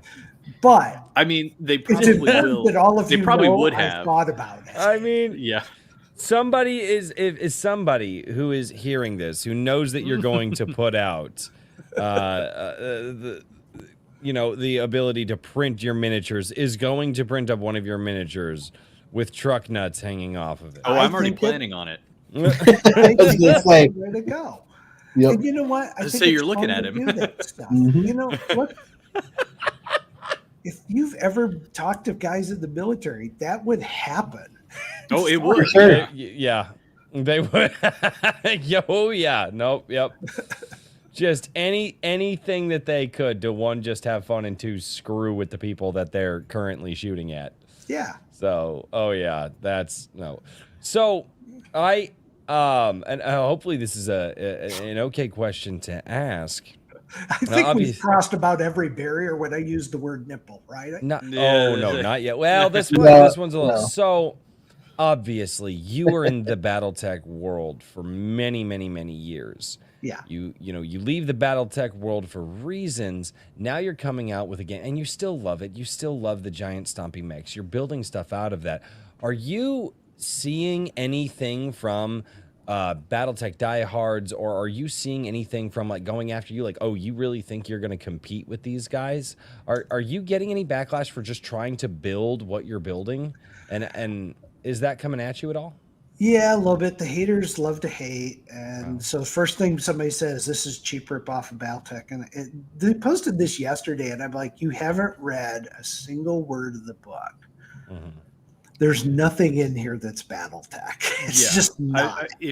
I was gonna say, if I was being charitable to that person, I could be like, well, maybe you could believe that if the book wasn't out yet, maybe, and you didn't know anything about the premise. But one thing I was really struck by was how different the setting. I mean, it's radically different, and I actually kind of like, going back to Battletech briefly, I like generally the Battletech universe, but I've always found that, and I read Highlander Gambit over the summer because I was going back and, like, being a completionist about reading the books before everything started getting woke. But and I skimmed back over it this week, and I was just reminded, like, the mercenary companies are always, like, they're always so beloved in the Battletech lore, and I understand why, but it's one of these things where it kind of gets to the point of the mercenary companies can almost do no wrong most of the time. You know what I mean? And I think that's a little bit silly to think every single mercenary corps or mercenary company is going to be more like a comrade, like brothers in arms, than mercenaries necessarily. And so one thing I really liked is that with you going into the like traditional military, and then you're going to have militias, like, to me that makes a lot more sense to where you would find some of these, like, brothers in arms and those bonds and everything else. So, and obviously the enemies being vastly different. Well, yeah, but the haters did come at me. There was a couple people that were like, "You're going to get sued," and I was like, "Bring it on!" I'm totally into it. If you want to open up legal action, believe me, I've got a lot of different ways I can engage that. So, oh, please come at me with that.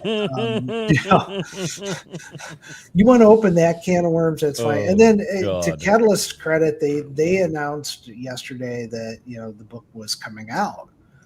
They posted it on their social media. I don't know if that was some sort of olive branch or whatever. Nobody talked to me about it directly from Catalyst. It was, they put it out there, and then that, of course, upset the woke people because people were going, "Yeah, I was it surprised. might be they're bringing Blaine back," and then immediately the wokesters were all like, "Oh my God, they can't do that!" And it's amazing to watch. Once you open the door for the woke into your company, they're like a cancer, and they're everywhere, and you can't get them out because whatever you do is going to offend them, and they always have to have a target. So even if you state something and go, "Hey, we're going to do this, we're going to change it," they're like, yeah, but that's not enough. You got to do more. You got to change this now. And, yep, you got to get rid of Rommel tanks. That was when I was like, "This is silly. You guys have made this is very, very silly." It was an idiotic move because the Rommel tank's been around since 1986 or 87. It appeared in the Battletech universe. So for 30 some years, nobody had a problem with it. Nobody. And out of the blue, it's like, we're going to fix this. We're going to do away with the Rommel tank. And it's like, okay, you can do whatever you want. It's your franchise. It just looks stupid. And yeah, and my thing is that you're feeding people who, like I said, the clans, everybody. Literally, like Battletech is like is war crime central. You know what I mean? Like it's not a happy place. And like you guys chose the Rommel tank to start with. Like that's obviously these people are working up to more and more requests. So. You saw it the other day when that other author posted the "Hey, we're going to fix the clans. They're evil, and we're going to fix them." And we've been playing this for years, and he really took the stand of, "I'm one of you. I'm woke, and I support this." And the first thing somebody posted was, "Well, don't tell us that you're on our side. You wrote about." The patriarchy. There's no women leaders in this. You talk about royal houses, so you're pushing that agenda. You're not one of us. And it was like, this was somebody who was trying to put on the crown and go, "Hey, I'm the king of wokedom," and it's like the woke reject that. They're like, "No, you're not one of us. You're actually part of the problem." Well, they'll be like, "Oh yeah, come on in."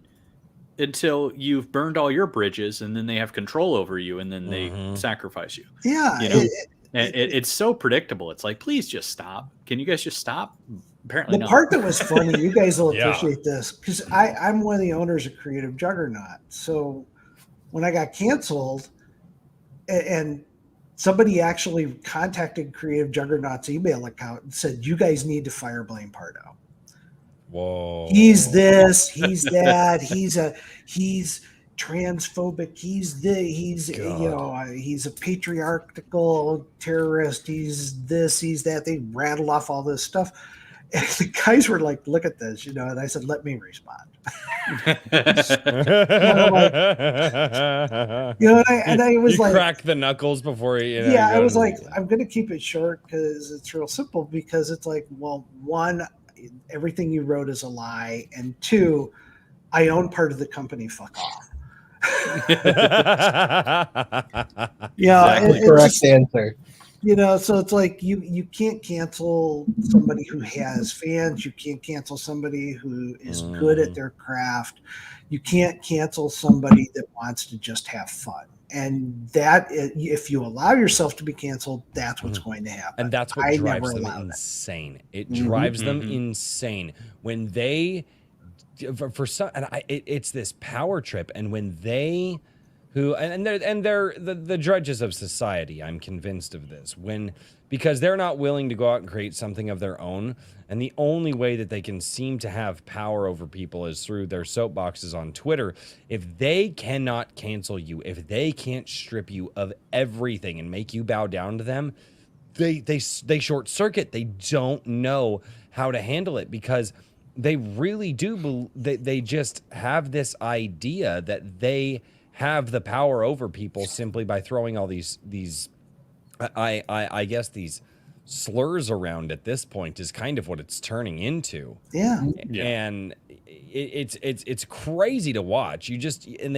They go after so many. I mean, look at what's going on with J.K. Rowling right now with the Harry Potter thing. Have you been keeping up with that? Yeah, I did. It's psychotic. She agrees with them in like 99% of everything that they say, except for one thing. And they hate her for it. It's crazy. There's a guy up in Canada right now pulling the Harry Potter books out of their binding, rebinding them with his own art and without her name on it, and then taking the copyright pages out of it without her name on it, and saying that he's helping the Harry Potter fans enjoy Harry Potter and trying to get away from J.K. Rowling. It's insane. I saw that, and my initial reaction was, she's worth $8.5 billion. I assure you, her lawyers are going to disembowel that guy. I hope. And because you can't just do that because you want to do it. Your participation trophy does not give you the right to do things that are illegal. And it's amazing to me that they go after her. To your point, she stated her opinion. Okay, well, if you don't agree with her, don't buy her books. But that's not enough. But they can't. But that's what's so funny. They can't not buy her book. They have to. For some reason, this world is so just entrancing to them, and I don't know. It lets them feel like a magical fairy unicorn. I don't know, but they can't not read her work, and it's like watching. It's like watching the woke engage in sin. Right? Like if they had a sin, like that's what it would be, is reading a book from somebody who's a heretic. Yeah. And it's mind-boggling. Yeah, I think, I don't know what it is, but I feel like Harry Potter is kind of like one of the like central alternative readings that kind of like the liberal I don't know, like monoculture kind of glommed onto. So they have like Harry Potter, and it's religious. And so it's like they want to displace all sort of religion, or at least kind of make it all the same-ish. And so I think that Harry Potter is kind of like one of those works that they spend a lot of time kind of canonizing. And then the creator steps out of line because they thought the creator was basically theirs, and they could do with whatever they wanted to. But I don't know. This is just kind of like theoretical rambling on my part. If we want to go to chat, we probably could. We've descended into talking about truck nuts. Yeah, it's right. We went way off the rails. Oh no! There are some comments truck on nuts the are truck par nuts. for the course. Everybody liked, and it was Toxic Crusader who did it. I might have to, because you mentioned Yep. Okay. Important questions. Do the mechs have enough mobility to perform a teabag on downed enemies? I will say yes, but I haven't gone through the balance issues that are going to be required for that. And I think the actual problem would be the view, because you can't see directly under you. Camera. You can put a camera. Well, I was going to say these are mechs. You just put a camera. Yeah, you could have a camera. I think you got the nut at that point you'd be talking to your tech, who'd be asking why you need a camera directly under you, and you'd have to say, so I can teabag a crab. Yeah, I would be like, to give them D's nuts. That's exactly how I would say, to give them D's nuts. Battle nuts. Technically, it should be possible, but I'm really hoping it does. I don't foresee it in the fiction. Let's put it that way. You're the one who brought up truck nuts, and now you don't want the people. You never should have told us about I this. instantly regretted it. I'm gonna based on the Welcome design to my by the chat. miniature. Yeah, based on the design by the miniature, I would have to say yes. Yeah, just because the leg positioning, you definitely can squat, and therefore I'm buying those STLs, and they're going to get some printed truck nuts. That's all I got to say. Oh my god! I'm going to open up an Etsy shop called Battle Nuts. I'll give you guys a percentage, okay?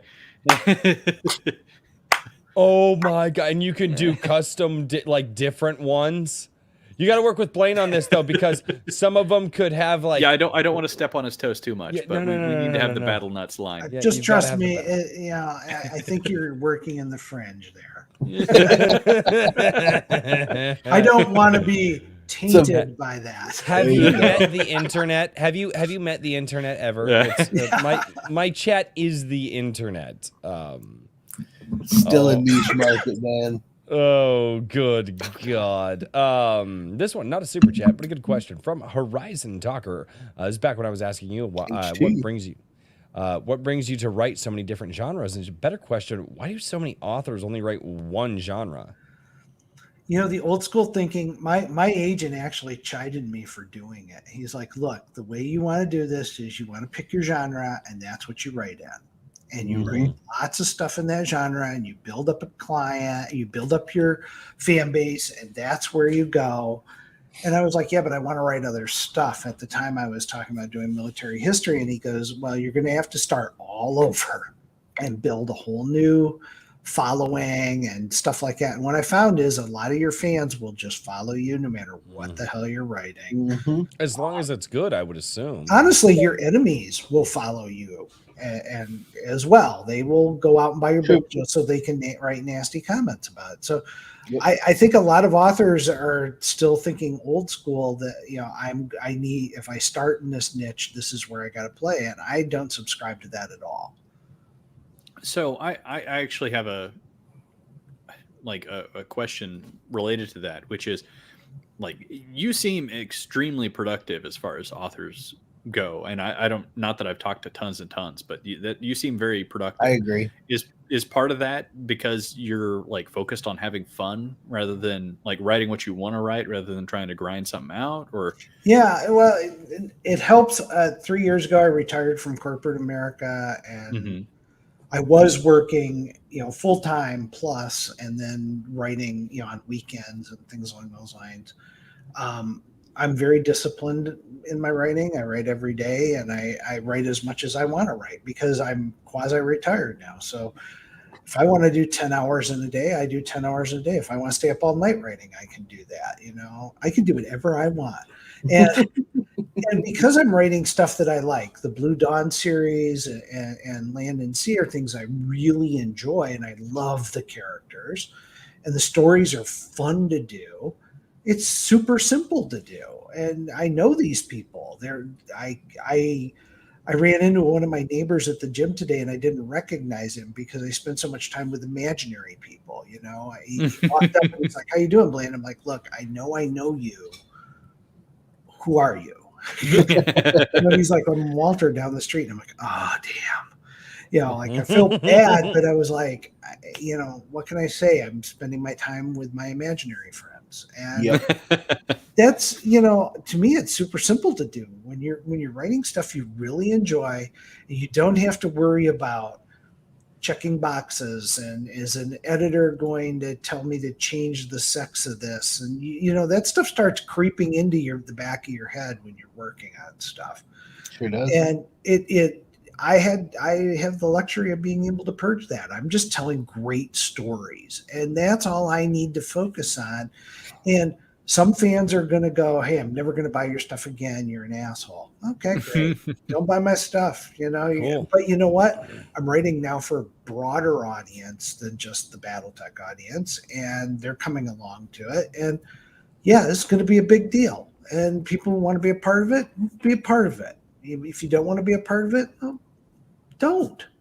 Yeah. Right. Oh, For sure. So these next few are from Kikomon, and they are not for Blaine. Okay. They're mostly to give me shit. So Kikomon time. Kikomon time. Yes, Kikomon is fantastic.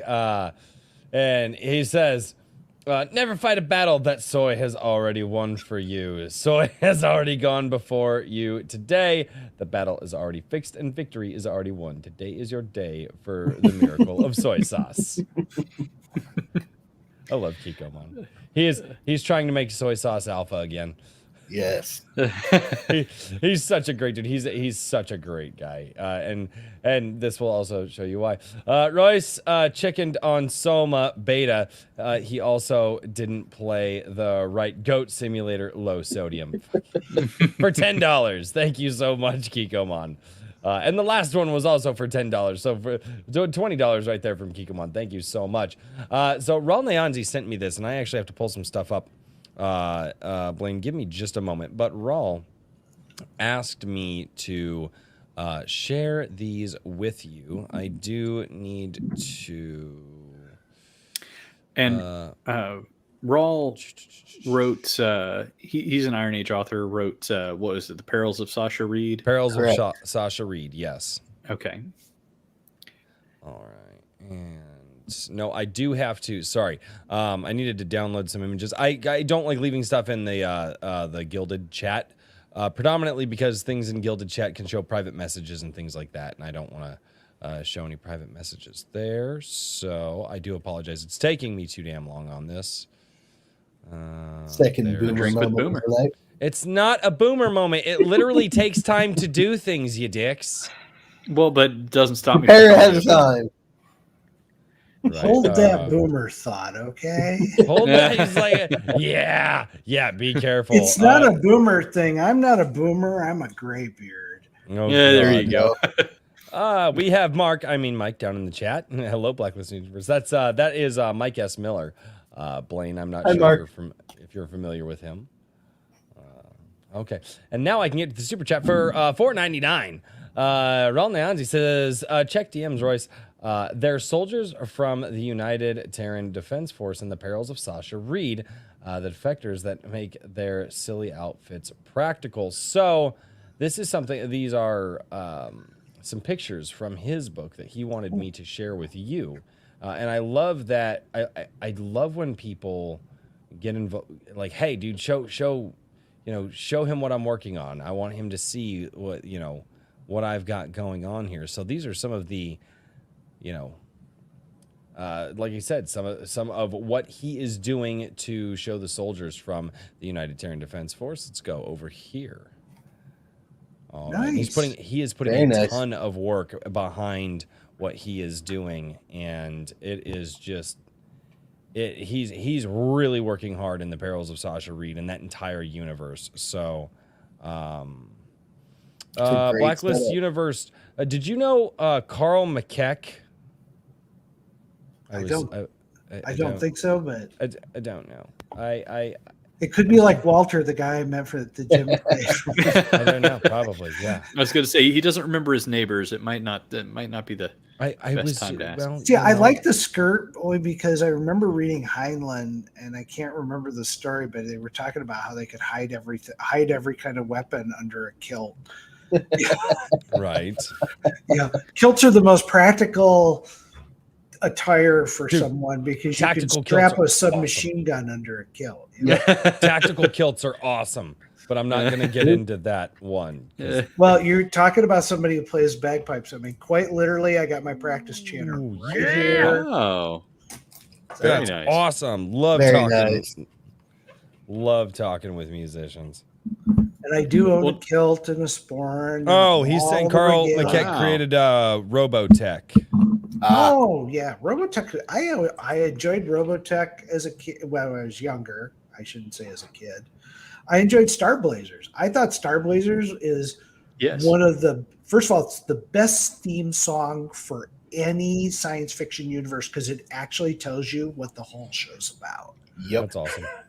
And it was a great series to watch at the time. Robotech was good. The Min-May stuff I wanted gouge my eyes out with. But watching the mecha in battle and stuff was a lot of fun. Yeah, the shifting forms and the early mecha, they kind of phased it out as time went on, and just focused on the mech form and the plane form, which I thought was kind of silly, because they're in space. Yeah. So it doesn't Those really wings matter. didn't do a damn thing. Exactly. Yeah. But I loved the transition form, the half one where it was mostly plain, but it had the arms and legs. Yeah, I thought that was perfect. It was like almost an all-terrain vehicle change form, and I loved it. But they phased it out.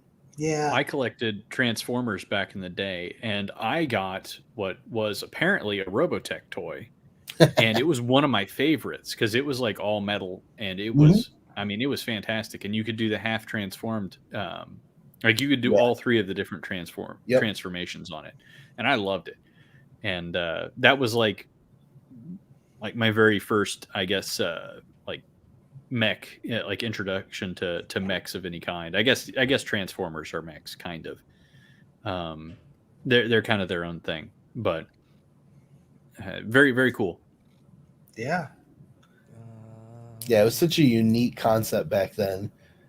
It was. I see. I missed Transformers. That was post the era that I got into it. But Star Blazers was always a great one, and I was like, it was one of those that I always thought deserved better treatment in the gaming perspective. I'm gonna have to go back and watch the at least the intro song because I don't really remember it. It was pretty cool. I mean, obviously it's from a bygone generation, but it was cool. Yeah, and it has a timeless quality to it. Yeah, I think. Well, and I don't know the Robotech stuff. Like I always claim the second season of Star Blazers was essentially what they ripped off to do Star Trek II: The Wrath of Khan. Mm-hmm. They steal the ship. They go on the it's like okay, we're Star Trek 3. It's like you guys are dipping into that well a little bit.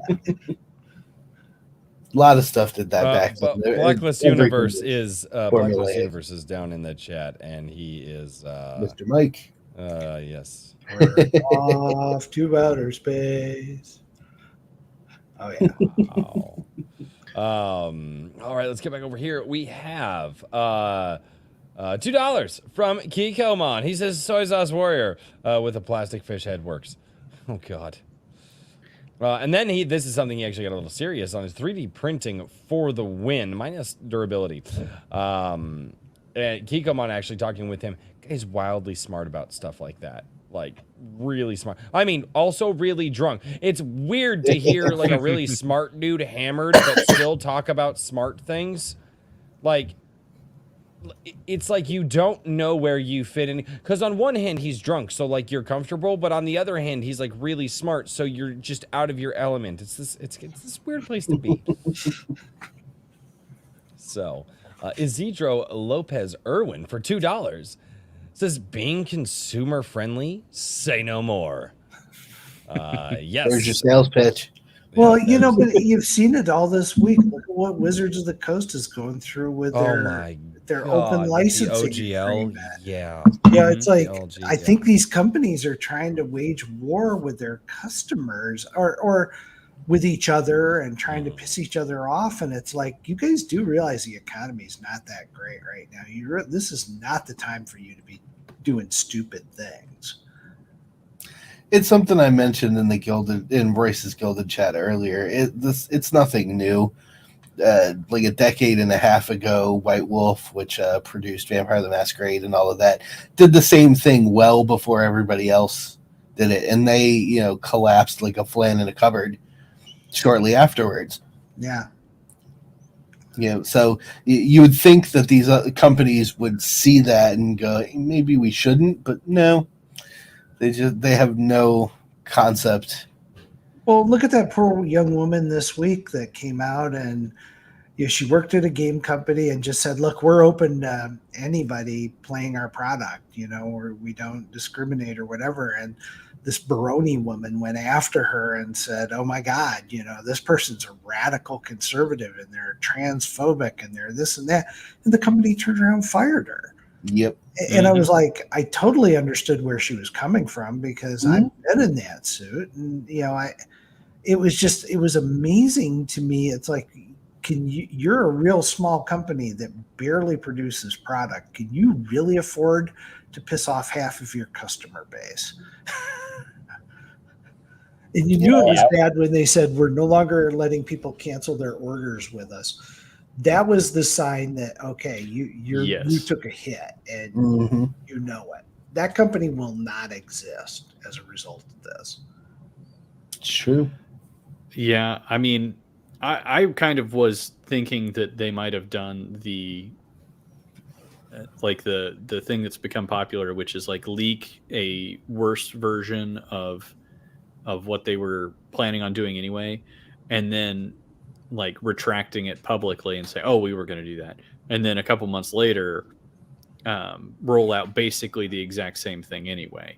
But man, they really should not have done this, because it's not like, I mean, the thing is that people have not really enjoyed the latest D&D iterations for quite a while. I mean, there's people who play 5e, of course, but there's been a large contingent of people who stay behind on previous versions, and they were already getting more and more silly, and people were doing their own rule sets and whatnot. And it's one of these things where, they're playing with fire. There's a lot of people who are very well established doing like everything from the design of the campaigns to the printing to the everything. So all they have to do is change it enough and not be scared off by an angry letter from a lawyer. And I don't know what they're planning on doing, but I don't know. Hasbro's got to double profits or whatever in the next 2 years or something. Well, they smelled the money and they thought this was going to be easy to do. And, I play 5e right now with the group that I've done, but I still got my white box edition on the shelf from version 1, 1972. If I want, I can go play any version I want. I have everything in between except 4, which I threw all of my 4 books away. I wouldn't even take my 4 books to the used bookstore because I didn't want anyone else to suffer with them. Oh, God. I was going to say it was kind of all downhill after 3.5. Yeah. It was getting there, but it hadn't hit the precipice until 3.5. I actually enjoy 5 it's easier to play with younger kids, which I'm playing with my grandson soon. And that's awesome stuff. And 5 is a good set to get people into the game. I don't mind it. The leveling up is ridiculously easy, and I don't like that, but would I switch to Piazzo in an instant? Probably, but they're just as crazy woke over there as Wizards is in some respects. And it's gonna take, and it's why I'm so hopeful for, obviously we call it the Iron Age, but it's been around since before the term was coined. But it's why I'm so hopeful for what's happening right now is because people, and I'm seeing it. People aren't just tired of like the woke storytelling. Like that's definitely the most predominant in the media. But people just don't want politics in their stuff. People just want good, hearty stories that they can sink their teeth into, have some fun with, games that they can just go lose themselves with. And, and then you get politics has always been a part of this story. They tried that crap with Star Wars. It's like, no, Star Wars had its own politics that it dealt with, and it was in the Star Wars universe, and, and things like that. And people just want to lose themselves in a different place for a little while, whether it's a game, whether it's a book, whether it's movies. They just take me to this other place.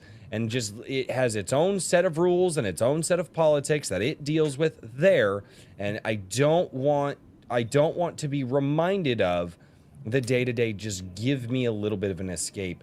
And I think that because so many people out there finally said, you know what, I'm done waiting for them to do it, I'm going to do it, we're really going to start to see a change. And I think a lot of these companies that are definitely towing the woke rope right now are definitely they're going to get hit with that. They're going to get rivaled by the little guys, and that makes me excited.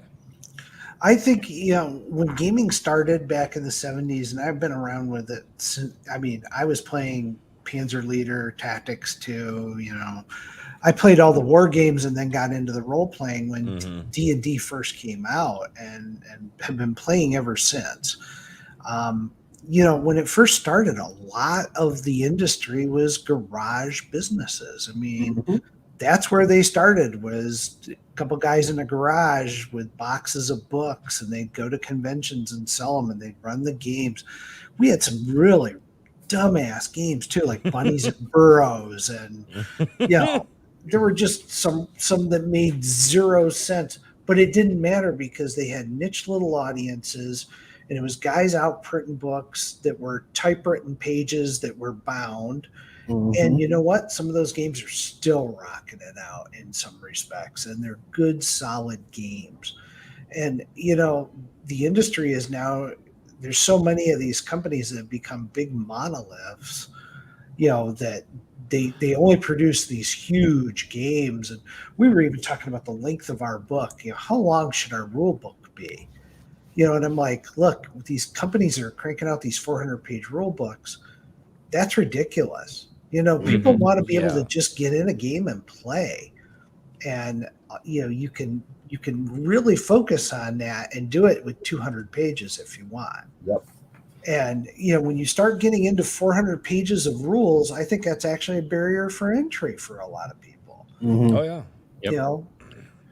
There was a wonderful little game system that took its cue from anime called Big Eye Small Mouth.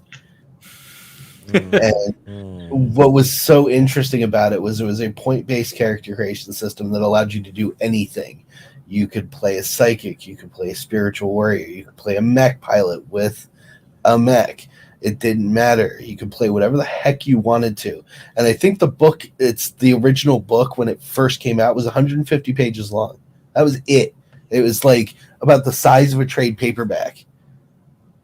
Yeah. And we bought it at our local gaming store when we were teenagers, and we're like, let's check this out. And within an hour, all of us were like, we get it. This is awesome. Let's play. Mm-hmm. Yeah. I played, I had this game that I picked up called Kids with Bikes. And Kids with Bikes has like 2 game mechanics in it. That's it. It's a great thing if you enjoy like Stranger Things or Goonies. Guess what? Oh, the Goonies.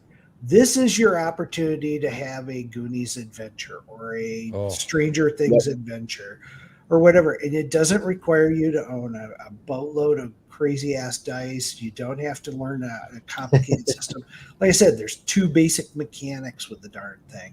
It was a brilliant freaking idea. And I think these companies that are doing stuff like that are really hitting the nail on the head. Mm-hmm. Yep. Well, I think this is just kind of my aside on things, but I think that you saw a lot of, like you were saying, garage businesses, a lot of smaller scale stuff back pre-internet. And then the internet has been a huge centralizing force for a long time. And you started to see, with like crowdfunding and Kickstarters and other things, like people, like smaller creators start to have some resurgence in creating different things. But you also have these big companies trying to buy growth, and so they'll go out there and buy these smaller franchises, and you always have that factor in play, as well as I think just a lot of things have gotten more homogenous over the years. And so I think that, in the next 5 to 10 years, as we get more and more decentralized, I think largely out of necessity, just from supply chains and everything else, I think that we're going to see a lot of exciting new ideas start popping up. I think so too. Return to that. Yep. I'm optimistic about it. I'm Yeah. counting on it. I want that. I want to embrace that stuff. Because that was the fun time in the industry is you could walk through a game call and go, what's new? And you come across these little companies that are cranking out games.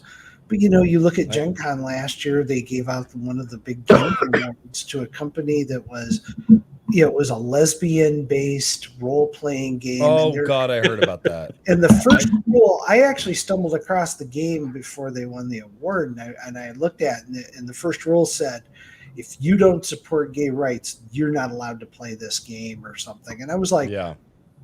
why is this a game? I don't get me wrong. I kind of want to make a game gentlemen, like that.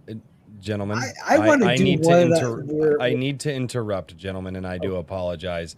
But Kikomon, for $100, says, "Oi, Royce, my Junker chat, please share the custom Iron Age Kikomon artwork from Neutron Boar and the Quaff." So, I have been told that when somebody sends in a super chat that large, you tend to interrupt the show for them, and this is actually. The Neutron Boar is actually the artist that Kikomon commissioned to do my new custom artwork. So, and he got his own custom artwork done here. So, this is, Kikomon.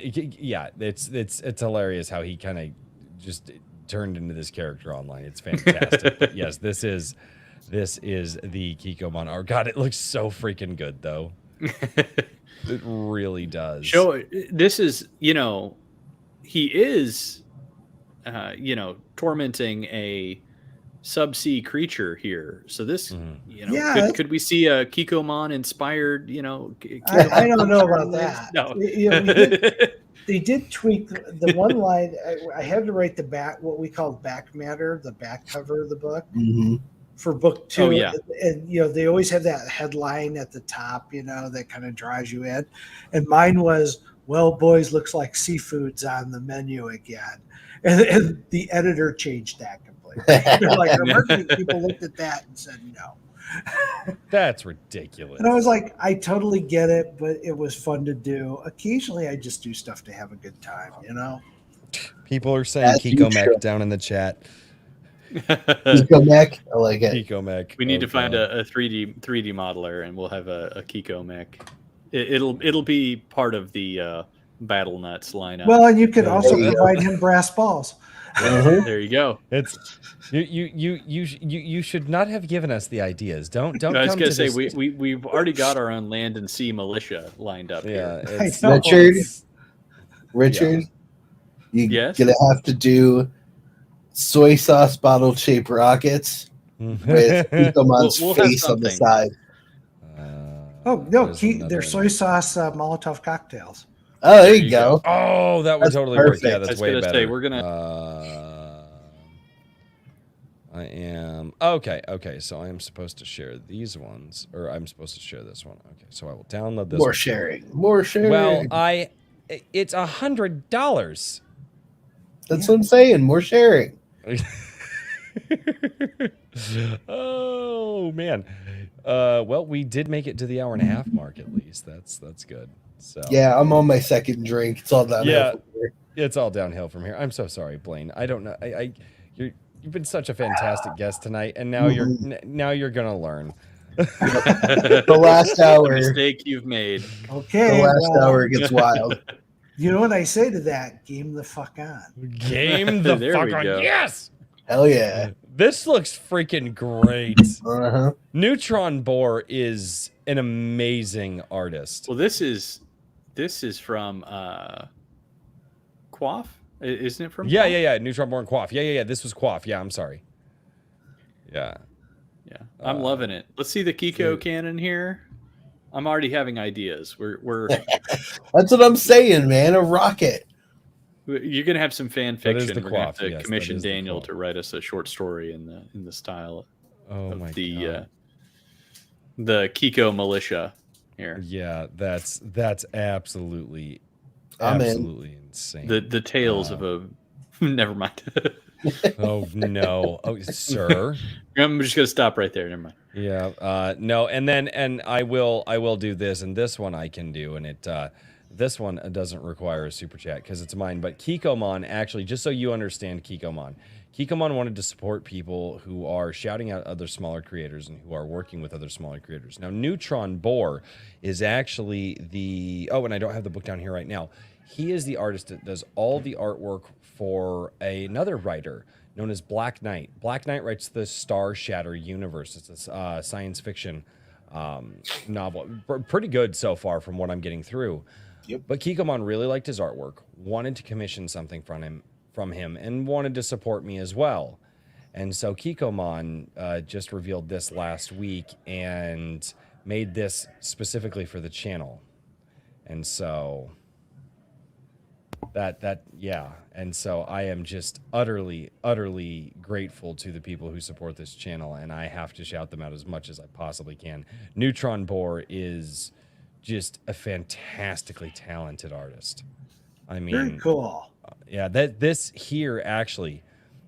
is my dad's leather jacket. They got my wife in on it, and they said, "Hey, we want to make this Royce's," and so they actually got my dad's hanging upstairs on the chair right now.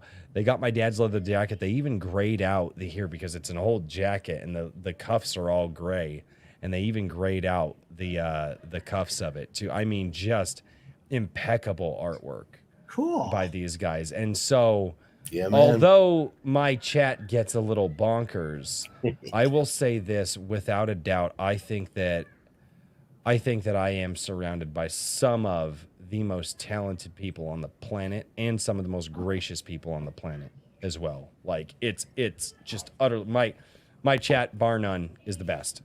Yeah, we're a good crowd. Yeah. So, and I just wanted to share that with you because anytime I can shout out these artists and creators and get them, it's no, of course you're not gracious, Mike. Of course you're not. But Mike's not gracious. We call him Mark. So yeah, I did have to show that. Sorry to derail the conversation, but when a super chat like that comes in, it's gotta you gotta show the art. So Absolutely. Maji Chan has 2 questions here for you. These are not super chats. These are just questions that I saw in the chat. I have the luxury right now that my chat is small and tight knit. So it doesn't necessarily take a super chat for me to read their questions to you. And I like that right now. If this grows to a point where I can't grab questions anymore, well, we'll get to that bridge. But right now I can get to people. So Maji Chan says, where do you find inspiration for your stories? Wonderful question. And then the second one she also asked is, what was the biggest risk you took as an author? So inspiration first and risk second. Well, the inspiration, I get ideas from. No, go on. I'm sorry. I'm yelling at my friend in the chat. Yeah, my inspiration comes from everyday things, and if you get down to it, the characters are undergoing some remarkable things in the story, but a lot of what they're going through in this first book are a lot of everyday things, but you learn a lot about the characters as they go through everyday things. You got a drug dealer who, he's so moral, he won't sell drugs to kids.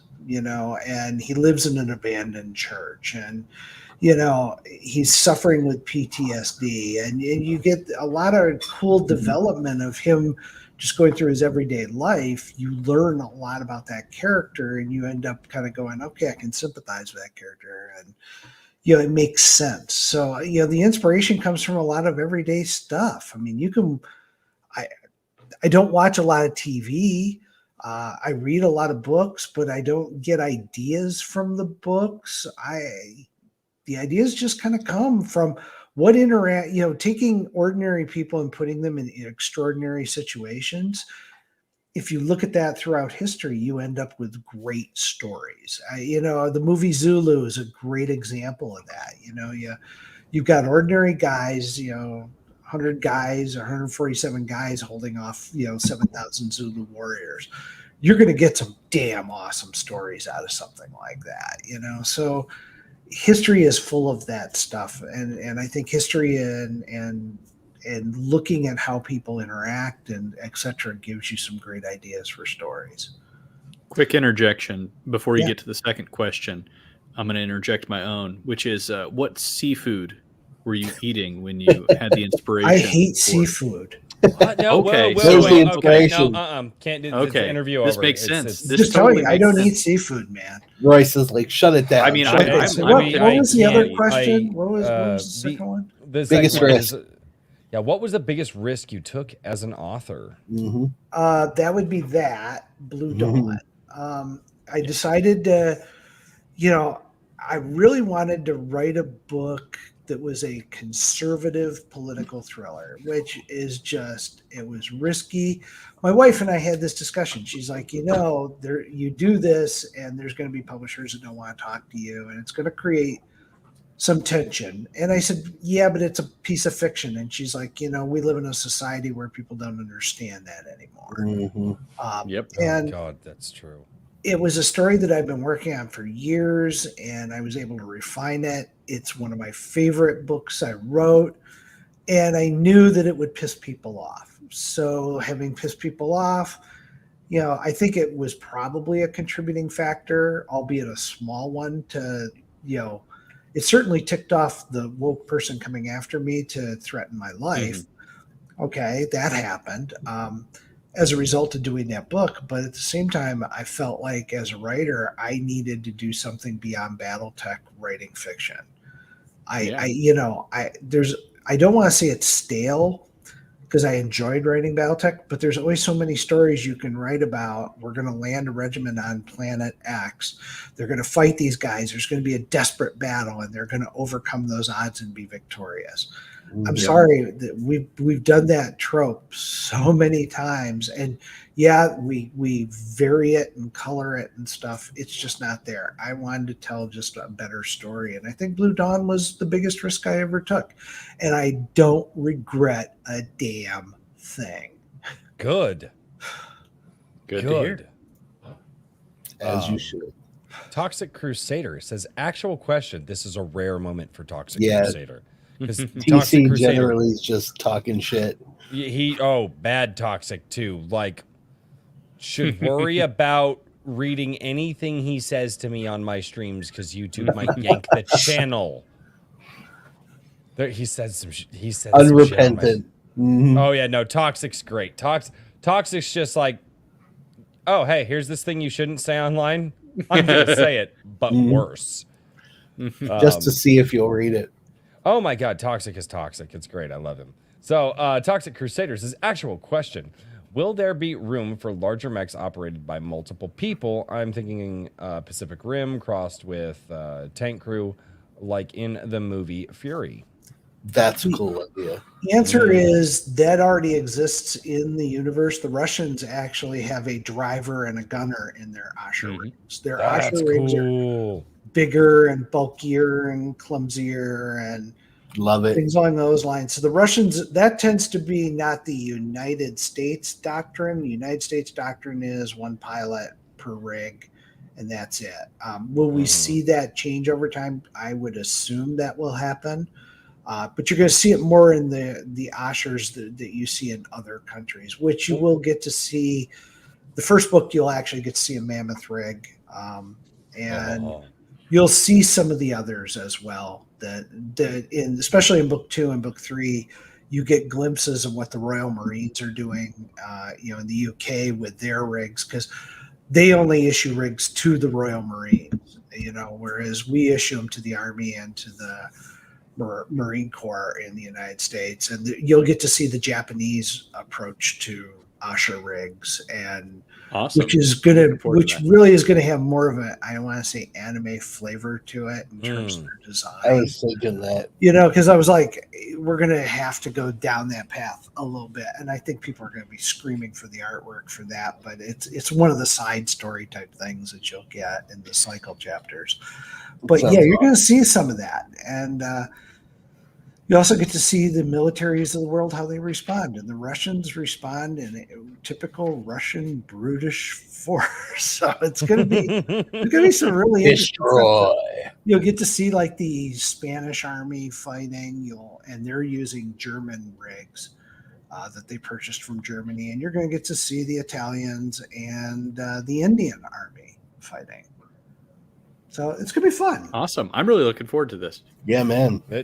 We're getting a lot of little tidbits here tonight. I'm down. You know, I haven't read it yet, but when the wife gets back from her friend's house this evening, hey babe, so there's this really cool thing that I wanted to get. Right, that's how I buy things in my house. I look at my wife, hey babe, so. Honey, I don't need this thing, but like it'd be really cool, right? Hey, you got $100 super chat. You got to fire it off there, right? Yeah, you're not wrong. All right, Kikomon for $5. He says, "Love you, Mark S. Millerstein." Check out Blaine's page below, and Kikomon is a mod of the channel. He was saying hello to Mark S. Miller. I don't know where the Millerstein thing came from. he's drunk. Yeah, I was gonna say. No, he's been saying it for a few weeks, but I don't know the origin. I don't know all of the lore of my own damn channel. It's Kikobon. Don't ask. It is. I shouldn't ask. I really shouldn't. If he's gonna pop down $100, you're his bitch. There you go. Oh, no, don't say that to the chat. Damn it, no. Oh, it's the truth. And though. this It's was the Flip. last time I was Sad invited truth. on Flip. media. It's been a real joy. and out, and Blaine just bounces. No, you're Kikomon's bitch. Bounce. The fuck, man. Totally justified. If you did that, I just like I don't know how to handle this right now. I'm not even It's a upset. mic drop if I ever heard one. Right. Oh my god, it would be. Herman P. Hunter, the Lore Forge.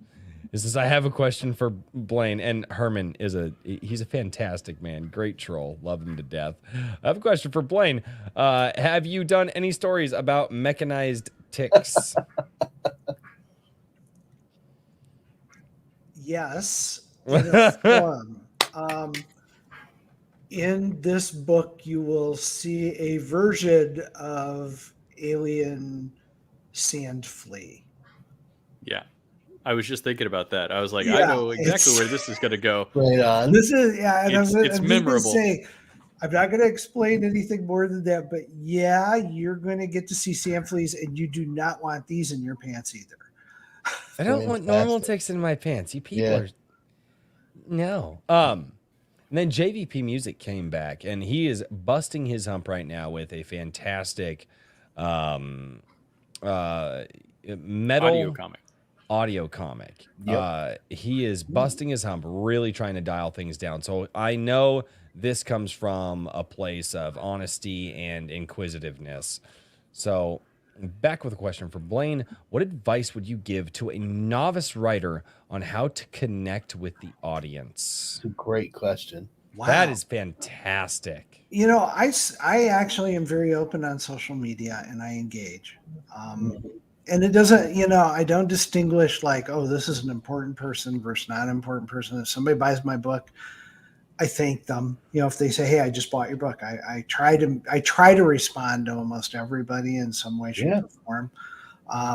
And I think most of the franchises, authors don't do that at all. I know of a couple authors who will not engage at all with their fans. I have been told, and obviously I'm not to your level of notoriety, but I have been told by some members of my gilded, because I'll pop in there to the voice chats and just say hello to everybody as much as I can. I mean, without my gilded, that's my, that's where my YouTube, subscribers go over and they hang out and they get to know each other. And I pop over there and voice chat and I talk with them. And they were telling me the other night a new member of the gilded was like, wait, the guy who runs the YouTube channel actually came over here to talk with us? And people were like, yeah. And apparently that's strange. I guess that doesn't happen. Yep. And that just baffles me that people wouldn't try to at least jump over there and just say hi. Well, you know, and I'll put it this way: some of the people actually have some damn brilliant ideas. There was one guy who reached out to me while I was working on book 4, and I had put out some stuff in my blog about what we were doing with medical technology in the series. That we have these freezer packs and this and that. And he goes, "Well, you need an auto suture kit, and you need a defibrillator that you could attach to a human body that monitors your heart rate and shocks the body without you having to get paddles and do that. And you can miniaturize that in 20 years and slap it on somebody's chest so that they don't slip into shock."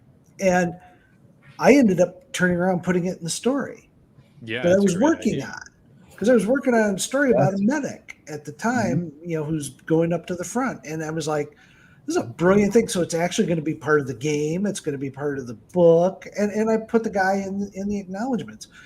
You know, sometimes the fans are smarter than you are, and you have to embrace it. I've had, for this Legionnaire series, I'm having to learn a lot about Ranger tactics, even though it's a science fiction series. It's based on the U.S. Army Rangers.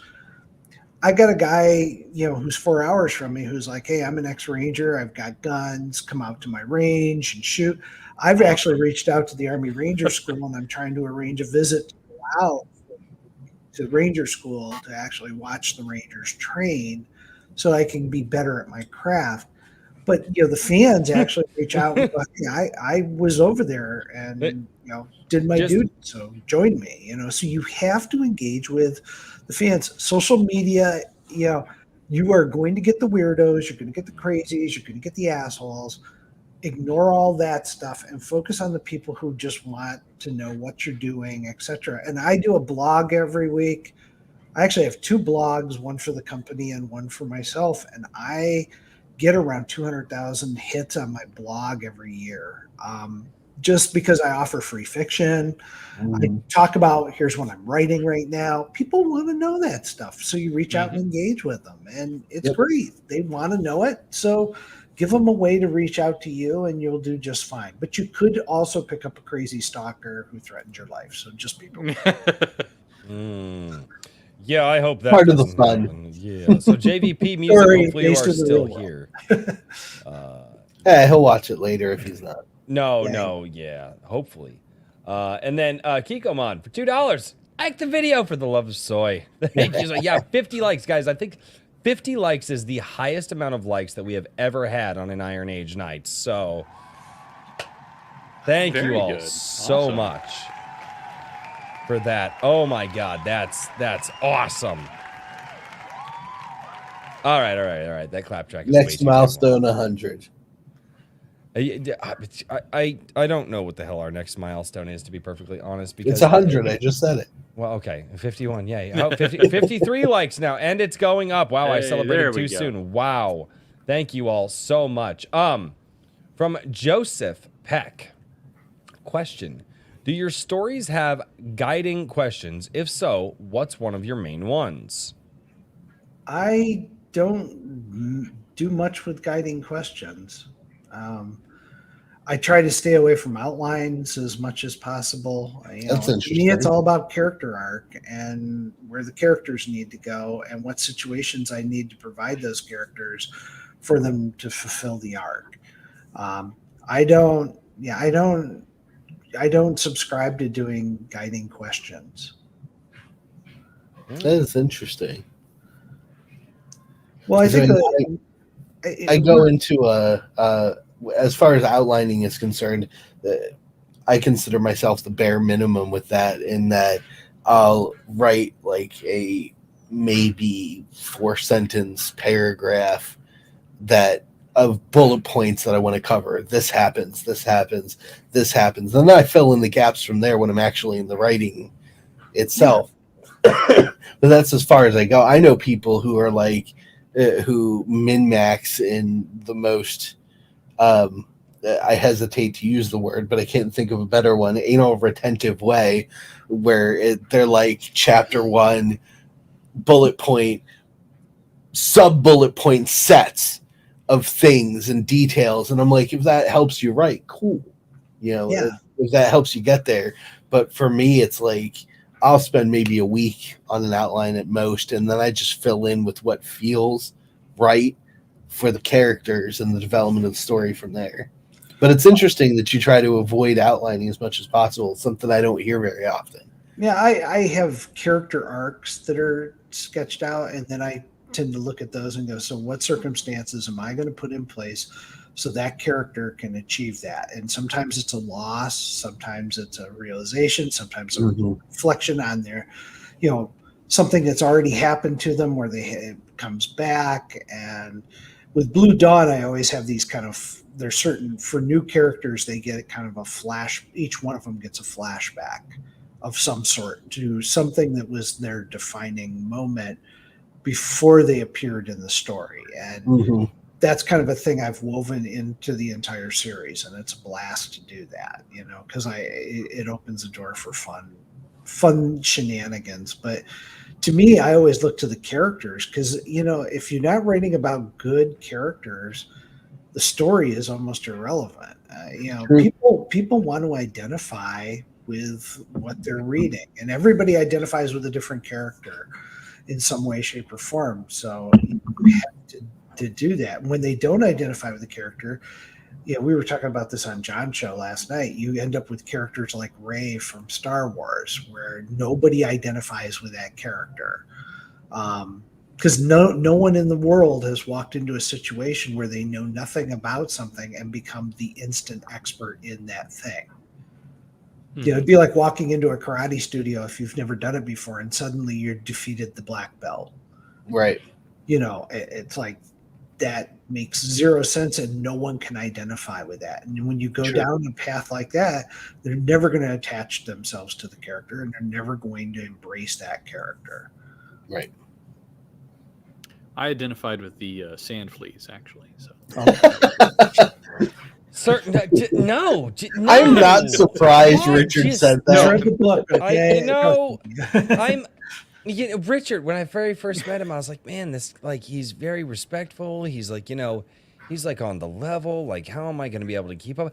And just slowly as the show goes on, I'm just like, wait a minute. What the hell is behind the curtain? It's always the quiet ones, my man. It's always the quiet. You would be, Richard, are you really, are you a holy terror at Cards Against Humanity? Oh, yeah, actually, yes, I am. Yeah, actually, okay, yeah, who would have thunk that one? Not surprised. Not surprised at all. This one here is not a question, but I thought I would bring it up anyway. Striker A says, hey, Blaine, I ordered up a hardcover yesterday. Good luck with the books and looking forward to reading it. Thank you. Fantastic. So, yes, Kikomon sent in a smiley face for $2. And I may or may not regret this one. But Kikomon for another $5 says, did Blaine hear the Kikomon song? If not, would he like to? The origin story. Sure. For $5, play the damn song. Yeah, we got time. Let's do it. Oh, okay. God. Okay, yeah, I haven't done this one. You got to find it. Yeah, it's already pulled up. It's already up. I am like an onion. I will make you cry, especially if I drink too much and say something mean to you. Yeah, I was so surprised that was you drunk last week. It was interesting. That was not me like fully drunk. That was me buzzed just enough to realize that I was buzzed. So only one shot of vodka and the Red Bull and vodka this time. Yeah. I have a question for you about your. You said you had a submission with a Bane anthology. Is that Chicks and Tank Tops? No, it's a Weird War book. That's it. Weird. Where the hell was the Chicks and Tank Tops from? That was who was that? Was that you, Blaine? No. Boy, I like the cover. Bane. I wonder why. Is releasing that this month along with weird. Is it Weird World War or what is it again? Yeah, I think it's Weird World War. This one is the China one. Yeah, nice. It's fun. They reached out to me. They were great. I had so many publishers reach out to me once I got canceled. It was phenomenal. Bane has been very friendly. I've enjoyed all my interactions with them. They're great. Mm-hmm. Very good, folks. So now brace yourself. Oh God! So I'm assuming you know Kikkoman soy sauce, correct? The brand. Yes. Okay. All right. Then I need not. This is a speak real anything. commercial from '99, correct? Something like that. Yeah, this is a real commercial for Kikkoman soy sauce from back in the. This is the origin of my subscriber and mod down in the chat. This is the Kikkoman fight song. Hopefully, it should start playing here in a minute. You guys have audio. Yes, it's coming through. A little soft. For better or worse.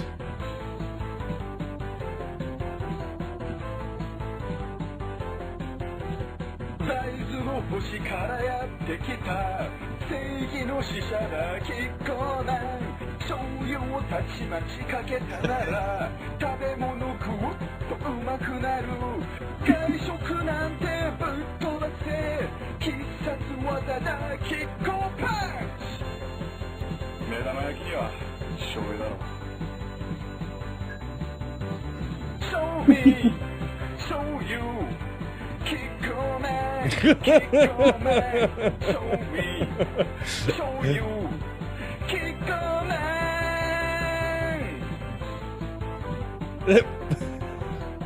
Blaine, you look so confused.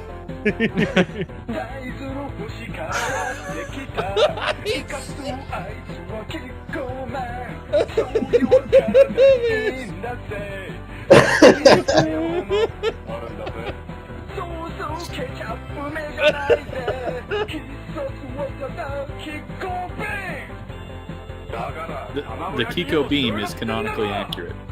Yes, True. It is. It is. Kikkoman fires it very often. Oh god. Kikkoman, Kikkoman, show me, show you, Kikkoman. Alright. Okay. Okay. It's like, what the hell? Oh god.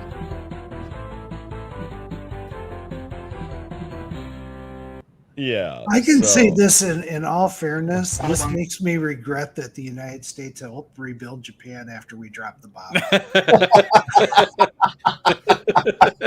I'm sorry. What was that? There was a lot of audio on my end. What was that?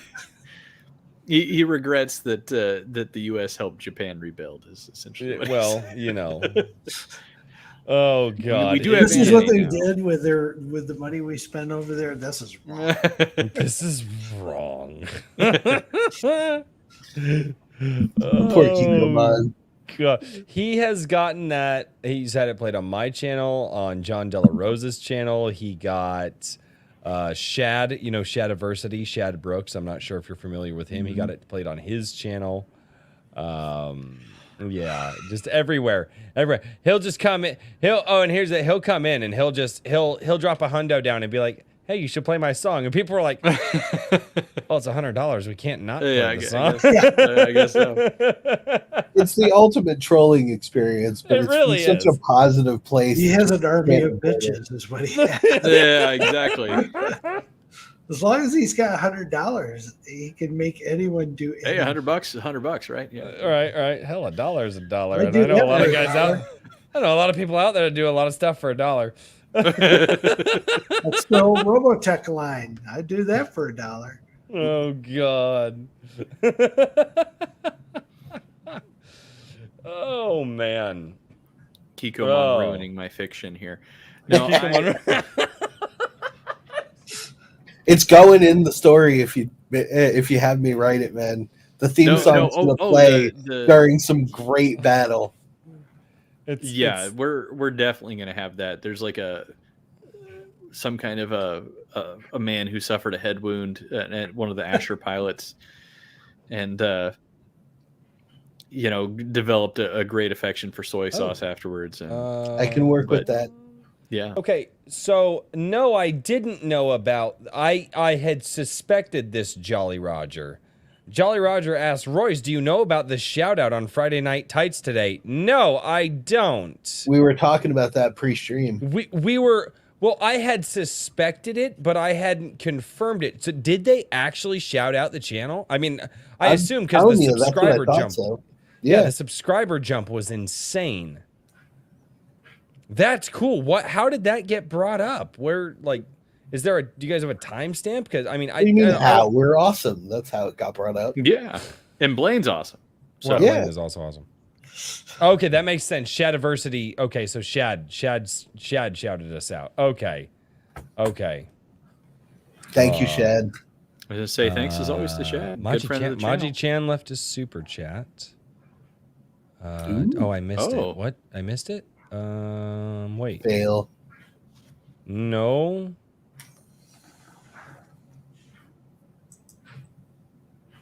Oh, somebody super chatted it. Okay, so more information is coming in. Okay, so no.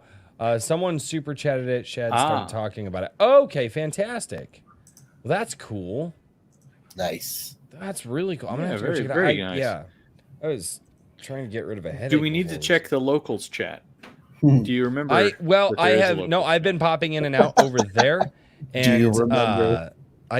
It's been on all night. I had to pull I only have 2 monitors, guys.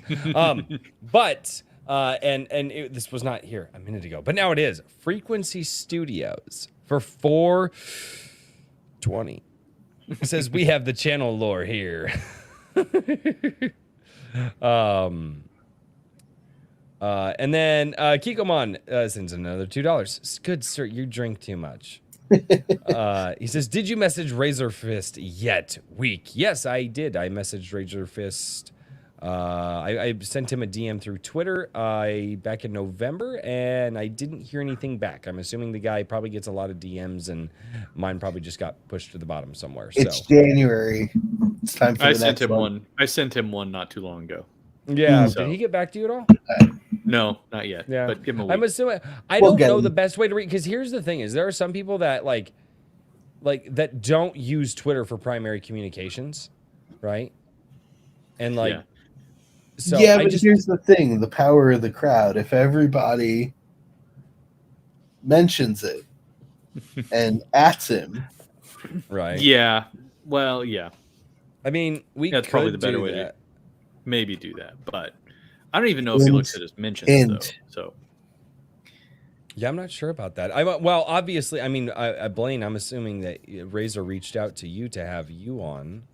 He and I have communicated before all this Okay. went down.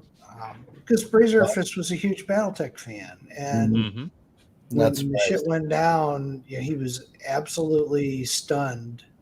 Did a great rant on it and then had me on for a discussion about it, which was great because it was stupid. It was a stupid set of circumstances. And it's been interesting just in the last couple of weeks, in around Christmas time, my crazed stalker finally came out and said, okay, I lied about everything. I wasn't a lesbian trans woman who adopted children and stuff. I'm a guy living, in Pennsylvania or wherever. And, it's like, I told everybody that back in 20, I live in Pennsylvania, so where I'll get him. I can't tell. I'm trying not to. I don't want to be responsible for doxing this person. Okay. Someone else will do kidding. that. It 'cause was all they Daniel, do is wasn't it? It was request- Daniel. Daniel, can you not dox? Can you not go after Blaine, please?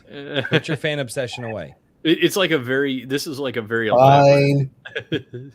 elaborate Conspiracy. part. No. I set all this up like a year ago. It's Iron Age Nights. It was in the plan. Yeah. God. Yeah. Or do you at least live in a state with castle doctrine? Pardon? I said, do you at least live in a state with castle doctrine? Hopefully. Yeah. Oh, yeah. Okay. I live in there Virginia. you go. I live in Oh Virginia. yeah. Oh yeah. Okay. Oh yeah. Worst case scenario. Yeah. Yep. I don't Yeah, think there's castle doctrine as much as we shoot anybody on site. Yeah, exactly. Iowa is a very similar. We went and we read the laws about all that, and Iowa was basically like, yeah, just use as much force as you deem is necessary. And I'm just like, oh, and that's like in the law, and we're just like, okay, Yeah, exactly. I'm like, yeah, all right. You I do a lot of deeming. I do exactly. a lot of right. Just goodness Lord. Oh well, gentlemen, I think I've caught up with most of the questions and the super chats, as long as Kikomon doesn't start sending super chats again, which if I say that, he will. Mhm. We've got up over here over on the locals chat from Frequency Studios. And Blaine, do you have anything else that you would like to add to this conversation? Where can people go find your book, and where can they go and support you? Yeah. I do a blog. It's on WordPress. You can look me up. Follow me on Facebook and Twitter. If you like my stuff, follow me. My life's pretty much an open book. I don't hide a lot of stuff about myself. And if you enjoyed this and you enjoyed my stuff, track me. I always am talking about what I'm working on. Obviously, if you want to buy my books, go on Amazon. I don't like bookstores that much because they pretty much support Simon and Schuster and the big, Hatchet Press and all. And there's the Amazon link for everybody. Mhm. I like the smaller, go on Amazon and stuff. I do a little channel on the USA Gen Network where I interview authors whose books I've just read. So when I read a Cool. book, I invite authors on and we do a half hour to an hour conversation about, their books, and they get a chance to kind of pimp their wares, and I get to tell them what I think of their book, and, it's fun. So I'm the kind of Fantastic. I'm reading a bunch of great indie authors right now, and that's I'm actually enjoying those more than I do some of the mainstream guys right now. And so, to me, it's important to support that. And that's, you got to do that, and that means you have to put some skin in the game, which means you got to read the books, you have to write a review of the book, you have to do that stuff, and I like doing it. What do you got?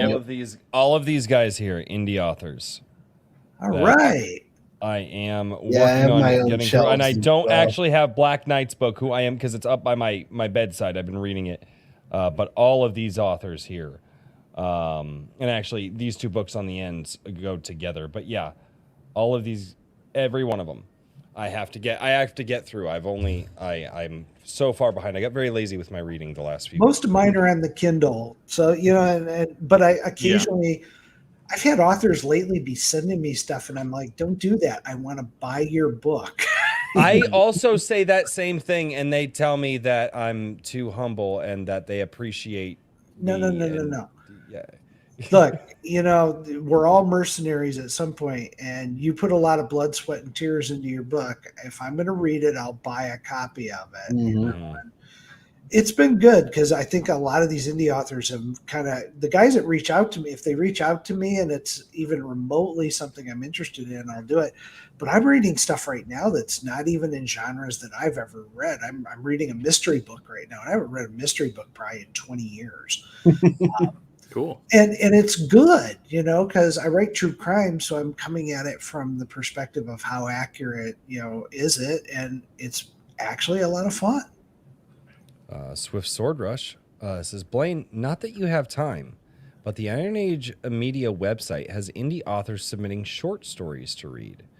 A lot of guys over there are putting in a lot of hard work every month. Okay. I mean, Richard up here cracks the whip, and he's like, "Hey, authors, get to work," and they turn out every month. Can confirm.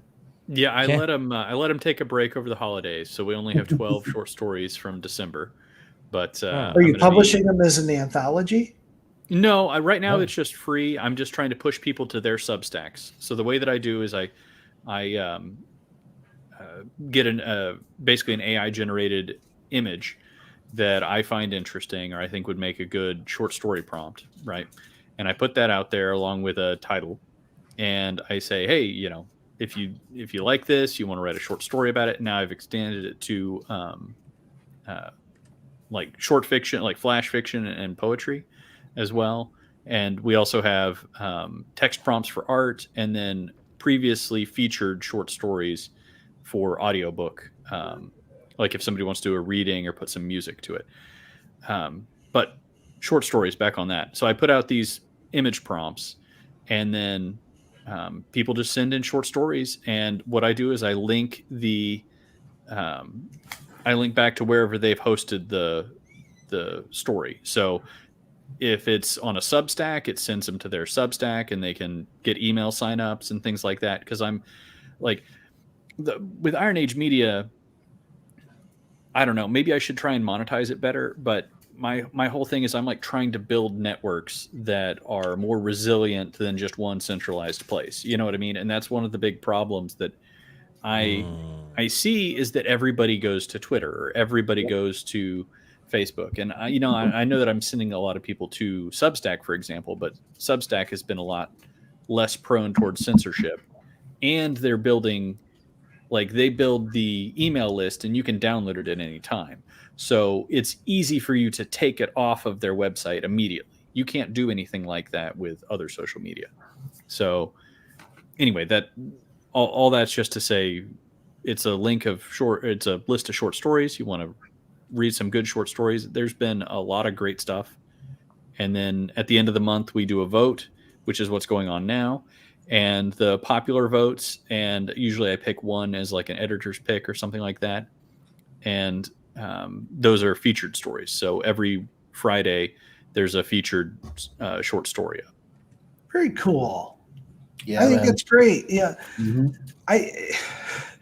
I'm telling you, there's so many great ideas out there, and people are floating book ideas, and the publishers are now starting to pay attention to it. I was on John's show yesterday, and my editor was on there, and he asked me for John's contact information. So I don't know where that's going to go, but it's a lot of the publishers are now starting to pay attention to stuff like that, and because they're going, look, there's a lot of good people that have the skills to be able to do it, and they're going to need an editor and they're going to need some guidance to be able to do something on a broader scale, but it's definitely doable. So Yeah, and I always think that part of my routine that I keep harping on is iteration and learn by doing.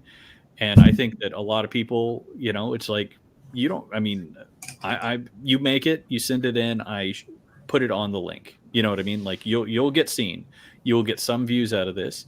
And if it's great, you'll get a lot of views. And if it's not great, then hopefully you'll get some feedback and you can improve. And even if it's not great, you wrote it, you finished it, you can write another one, and that one will be better.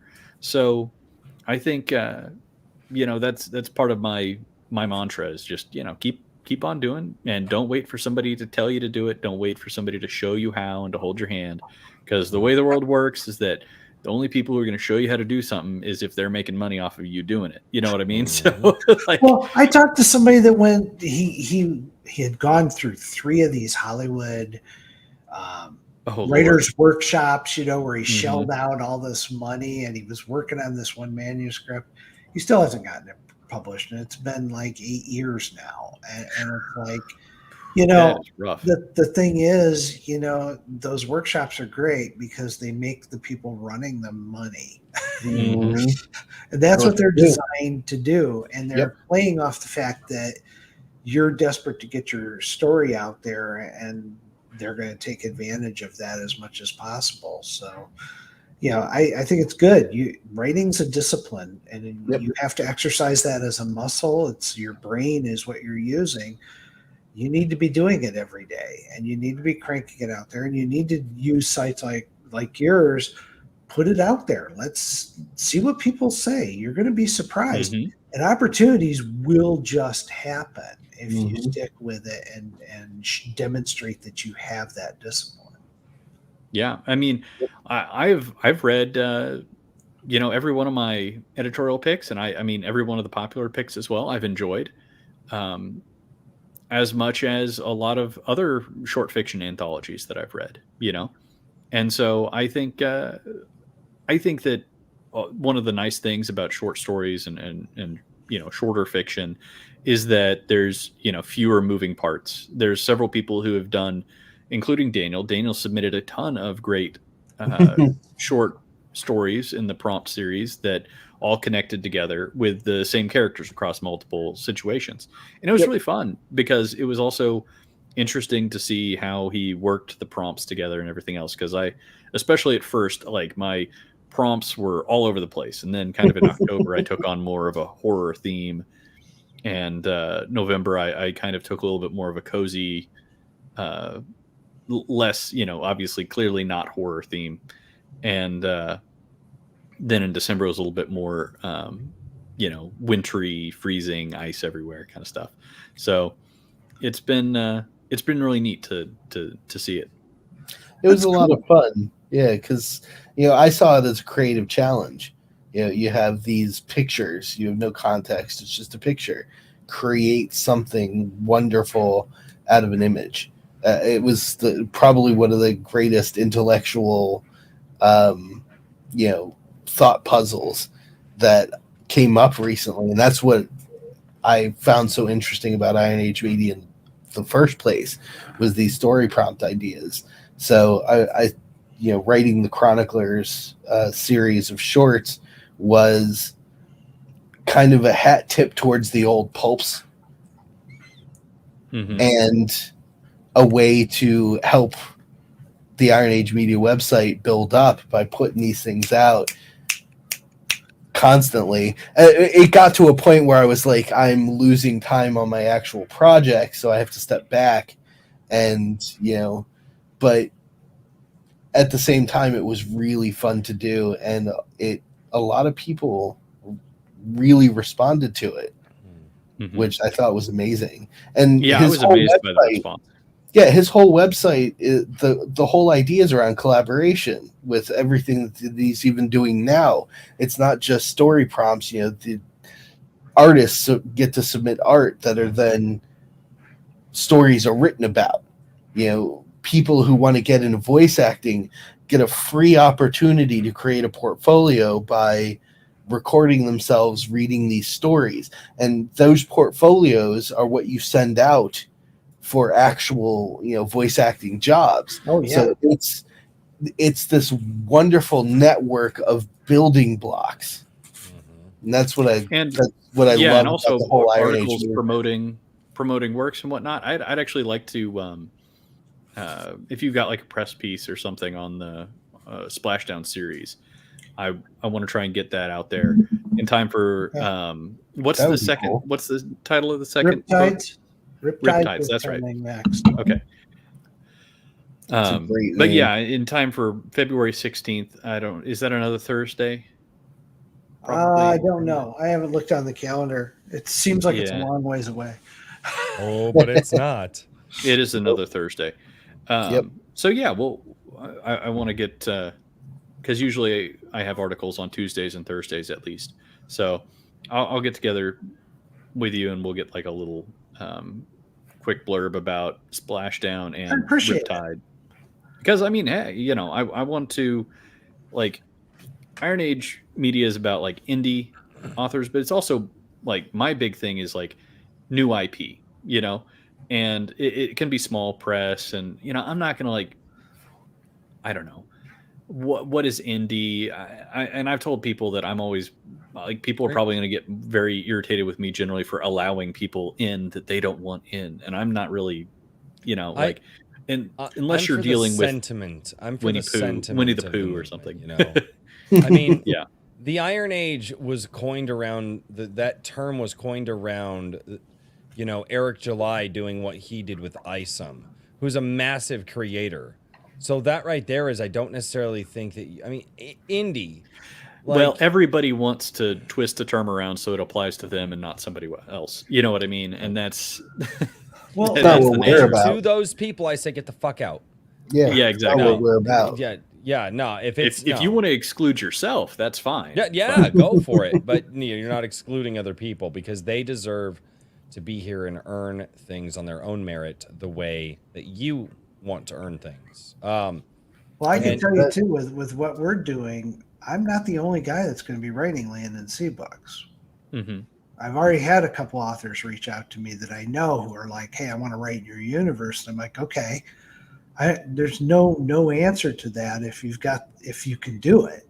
That's awesome. And so the opportunities are out there, and I cut my teeth in a gaming universe, and was able to build a career off of it. Other people can do the same thing. And so there's going to be opportunities out there for people that go, "Hey, I read the series and I really liked it and I got an idea for a story." Well, come on, pitch the damn thing. Let's go. Let's see what you can do. Yeah, we have creative control to kind of guide you on that. But if it's a good story and it fits in the universe, then the publishers are agreeable to it, then let's get that going. Love that. Yeah. So what I'm saying is that the Daniel writing a short story about the Kikomon Battle Nuts Brigade is a go. Voiceover. No, You know, I I- will voiceover I the think that's shit going out to of be a that. stretch. Oh, I'm Hard still sell. doing the let me. processing parts I of it. will do just. How about this? How about this? How about this? How about this, Blaine? How about this? Would you accept it as a fan parody? There you go. Fan parodies are fine. I have zero problem with that. All right. All right. We are going to do Landon Nuts. Yeah. Landon Nuts. There we go. Iron Age Knights presents. Oh, I'd do There it in we a go. heartbeat, man. I'd do it in a heartbeat. Oh, I'm in. Oh, God, no. Give me Okay, all right. Give me a premise in a couple of weeks. I'll crank it. Oh,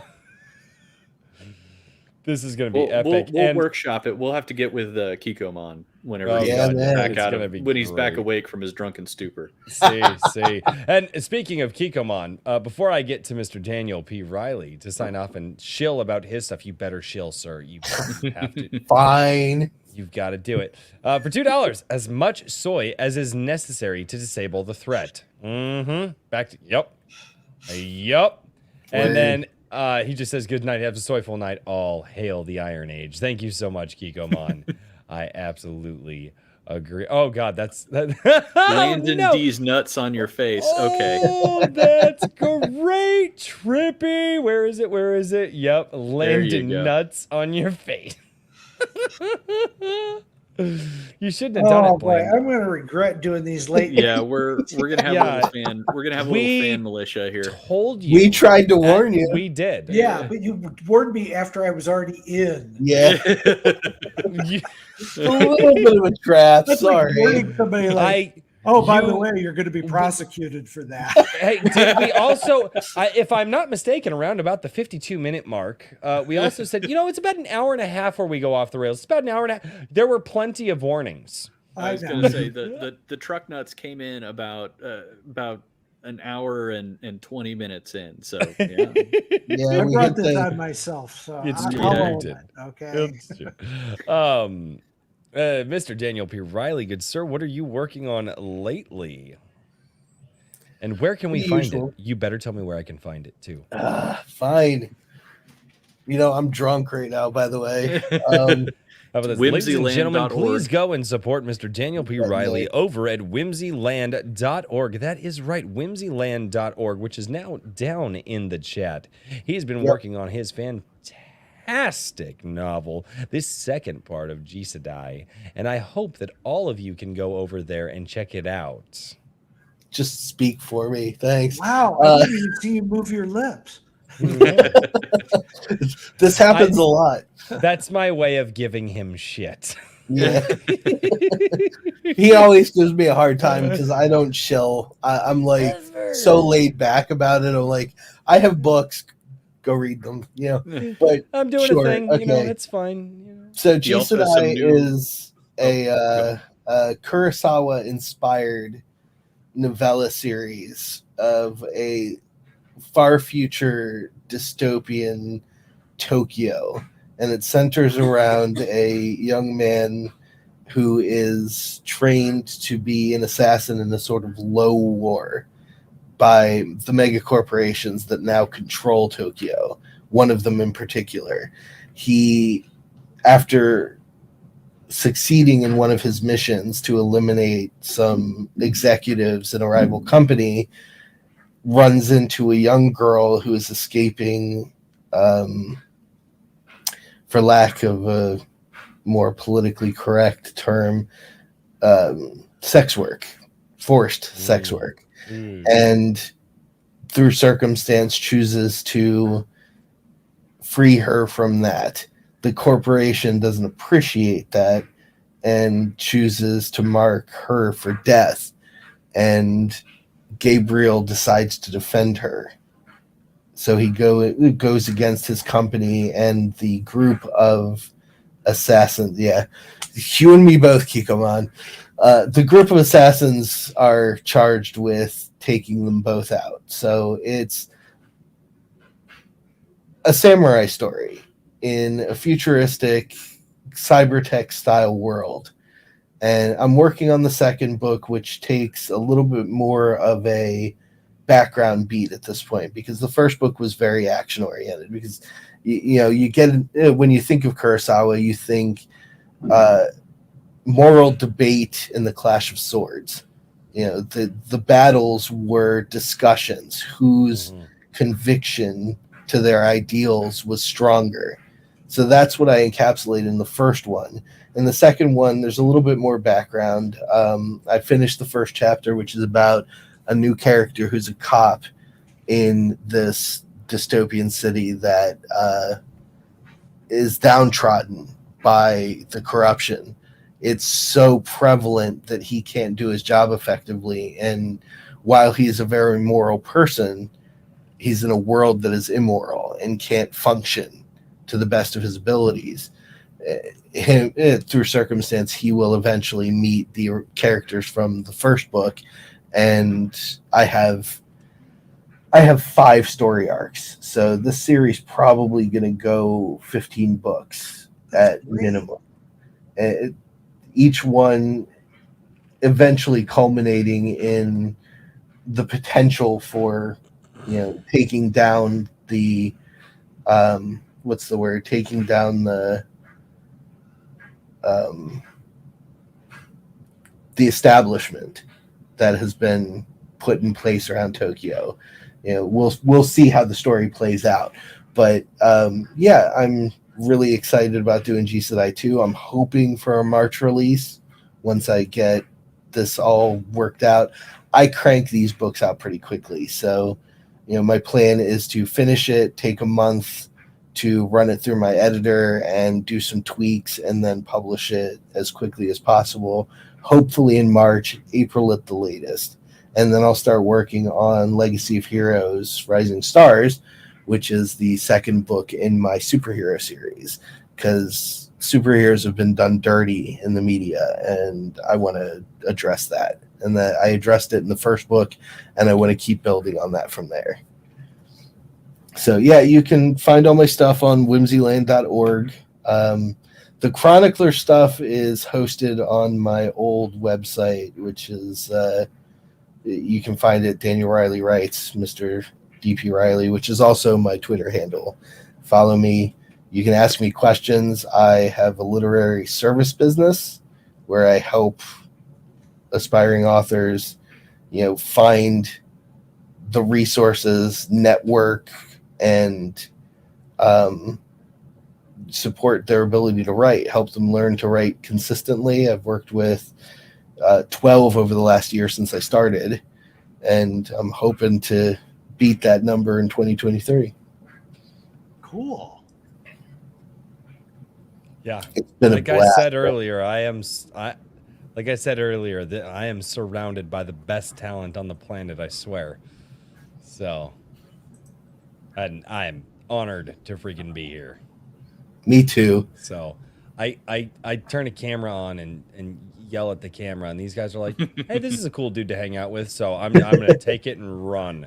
Well, this show in particular has been such a blessing for me. I get to talk with content creators and authors that have been doing this for 6 months or 20, 30 years. We get to talk with Blaine. We get to talk with Mike Miller.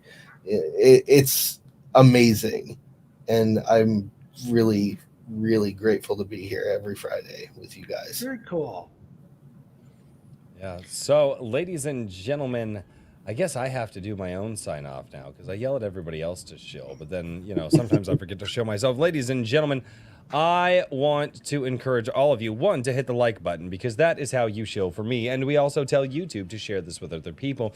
The other thing that I would absolutely love if everybody does is not only make sure to check out that Gilded link, which is down in the chat below, but I would absolutely love it if all of you would join me at 11 a.m. on Sundays for Sunday Coffee.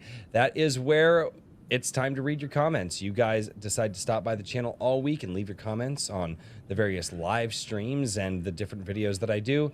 And so I make sure that for the time you dedicate to me, I dedicate my time to you as well. We'll go through, we'll read all of your comments. You guys will hear my honest to goodness responses, and hopefully you guys enjoy that format. Oh, and never forget, on Sunday Coffee, you guys are more than allowed to give me just as much shit as you give me here tonight. So that seems to be people's most favorite thing to do. And ladies and gentlemen, without any further ado, I believe that has been Iron Age Nights. Hopefully you all had an absolutely fantastic time. Here it comes. Are we going to do it right this week? Did we do it right? We always do it forgot to right. give me an outro, so that's okay. But I did. No, you did. You talked. We with spent Blaine. like 15 minutes talking about Iron Age. I know, I Media. thought We you were good, bro. chilling. true. That is true. I did That let is you true. I just chill. wanted to say vote. I wanted to say everybody go to the Iron Age Media, vote, and Yes. vote on the short stories. That's Yes. what I wanted to say. I know I Iron said it Age already. Media. But I just want to say it again. Slash I vote. didn't skip you. You had a thing. Well, okay. like- If that's what you think. If that's what you I think. mean, you had a thing. I didn't skip you. I was like, no, yeah. I was like, yeah, Richard's getting into it. He's doing an early Okay. shill. I don't have to ask him about it this week. It's great. Yeah, Oh, I okay, totally okay. supported your shill too. That's I true. know. What the hell? Why am I always the bad guy? Yes. You're not always the bad guy. I think we equally give each other guff. It's probably true. It's probably true. Thank you, Herb, as always. Thank you, Herman. Thank you. Oh, it's great. Oh, God. Good night, everyone. This Good is the night, part that everybody. Good everybody night. stays for. It's not about know. that last half hour. It's No. just for this couple of minutes. I know, it's great. I love it.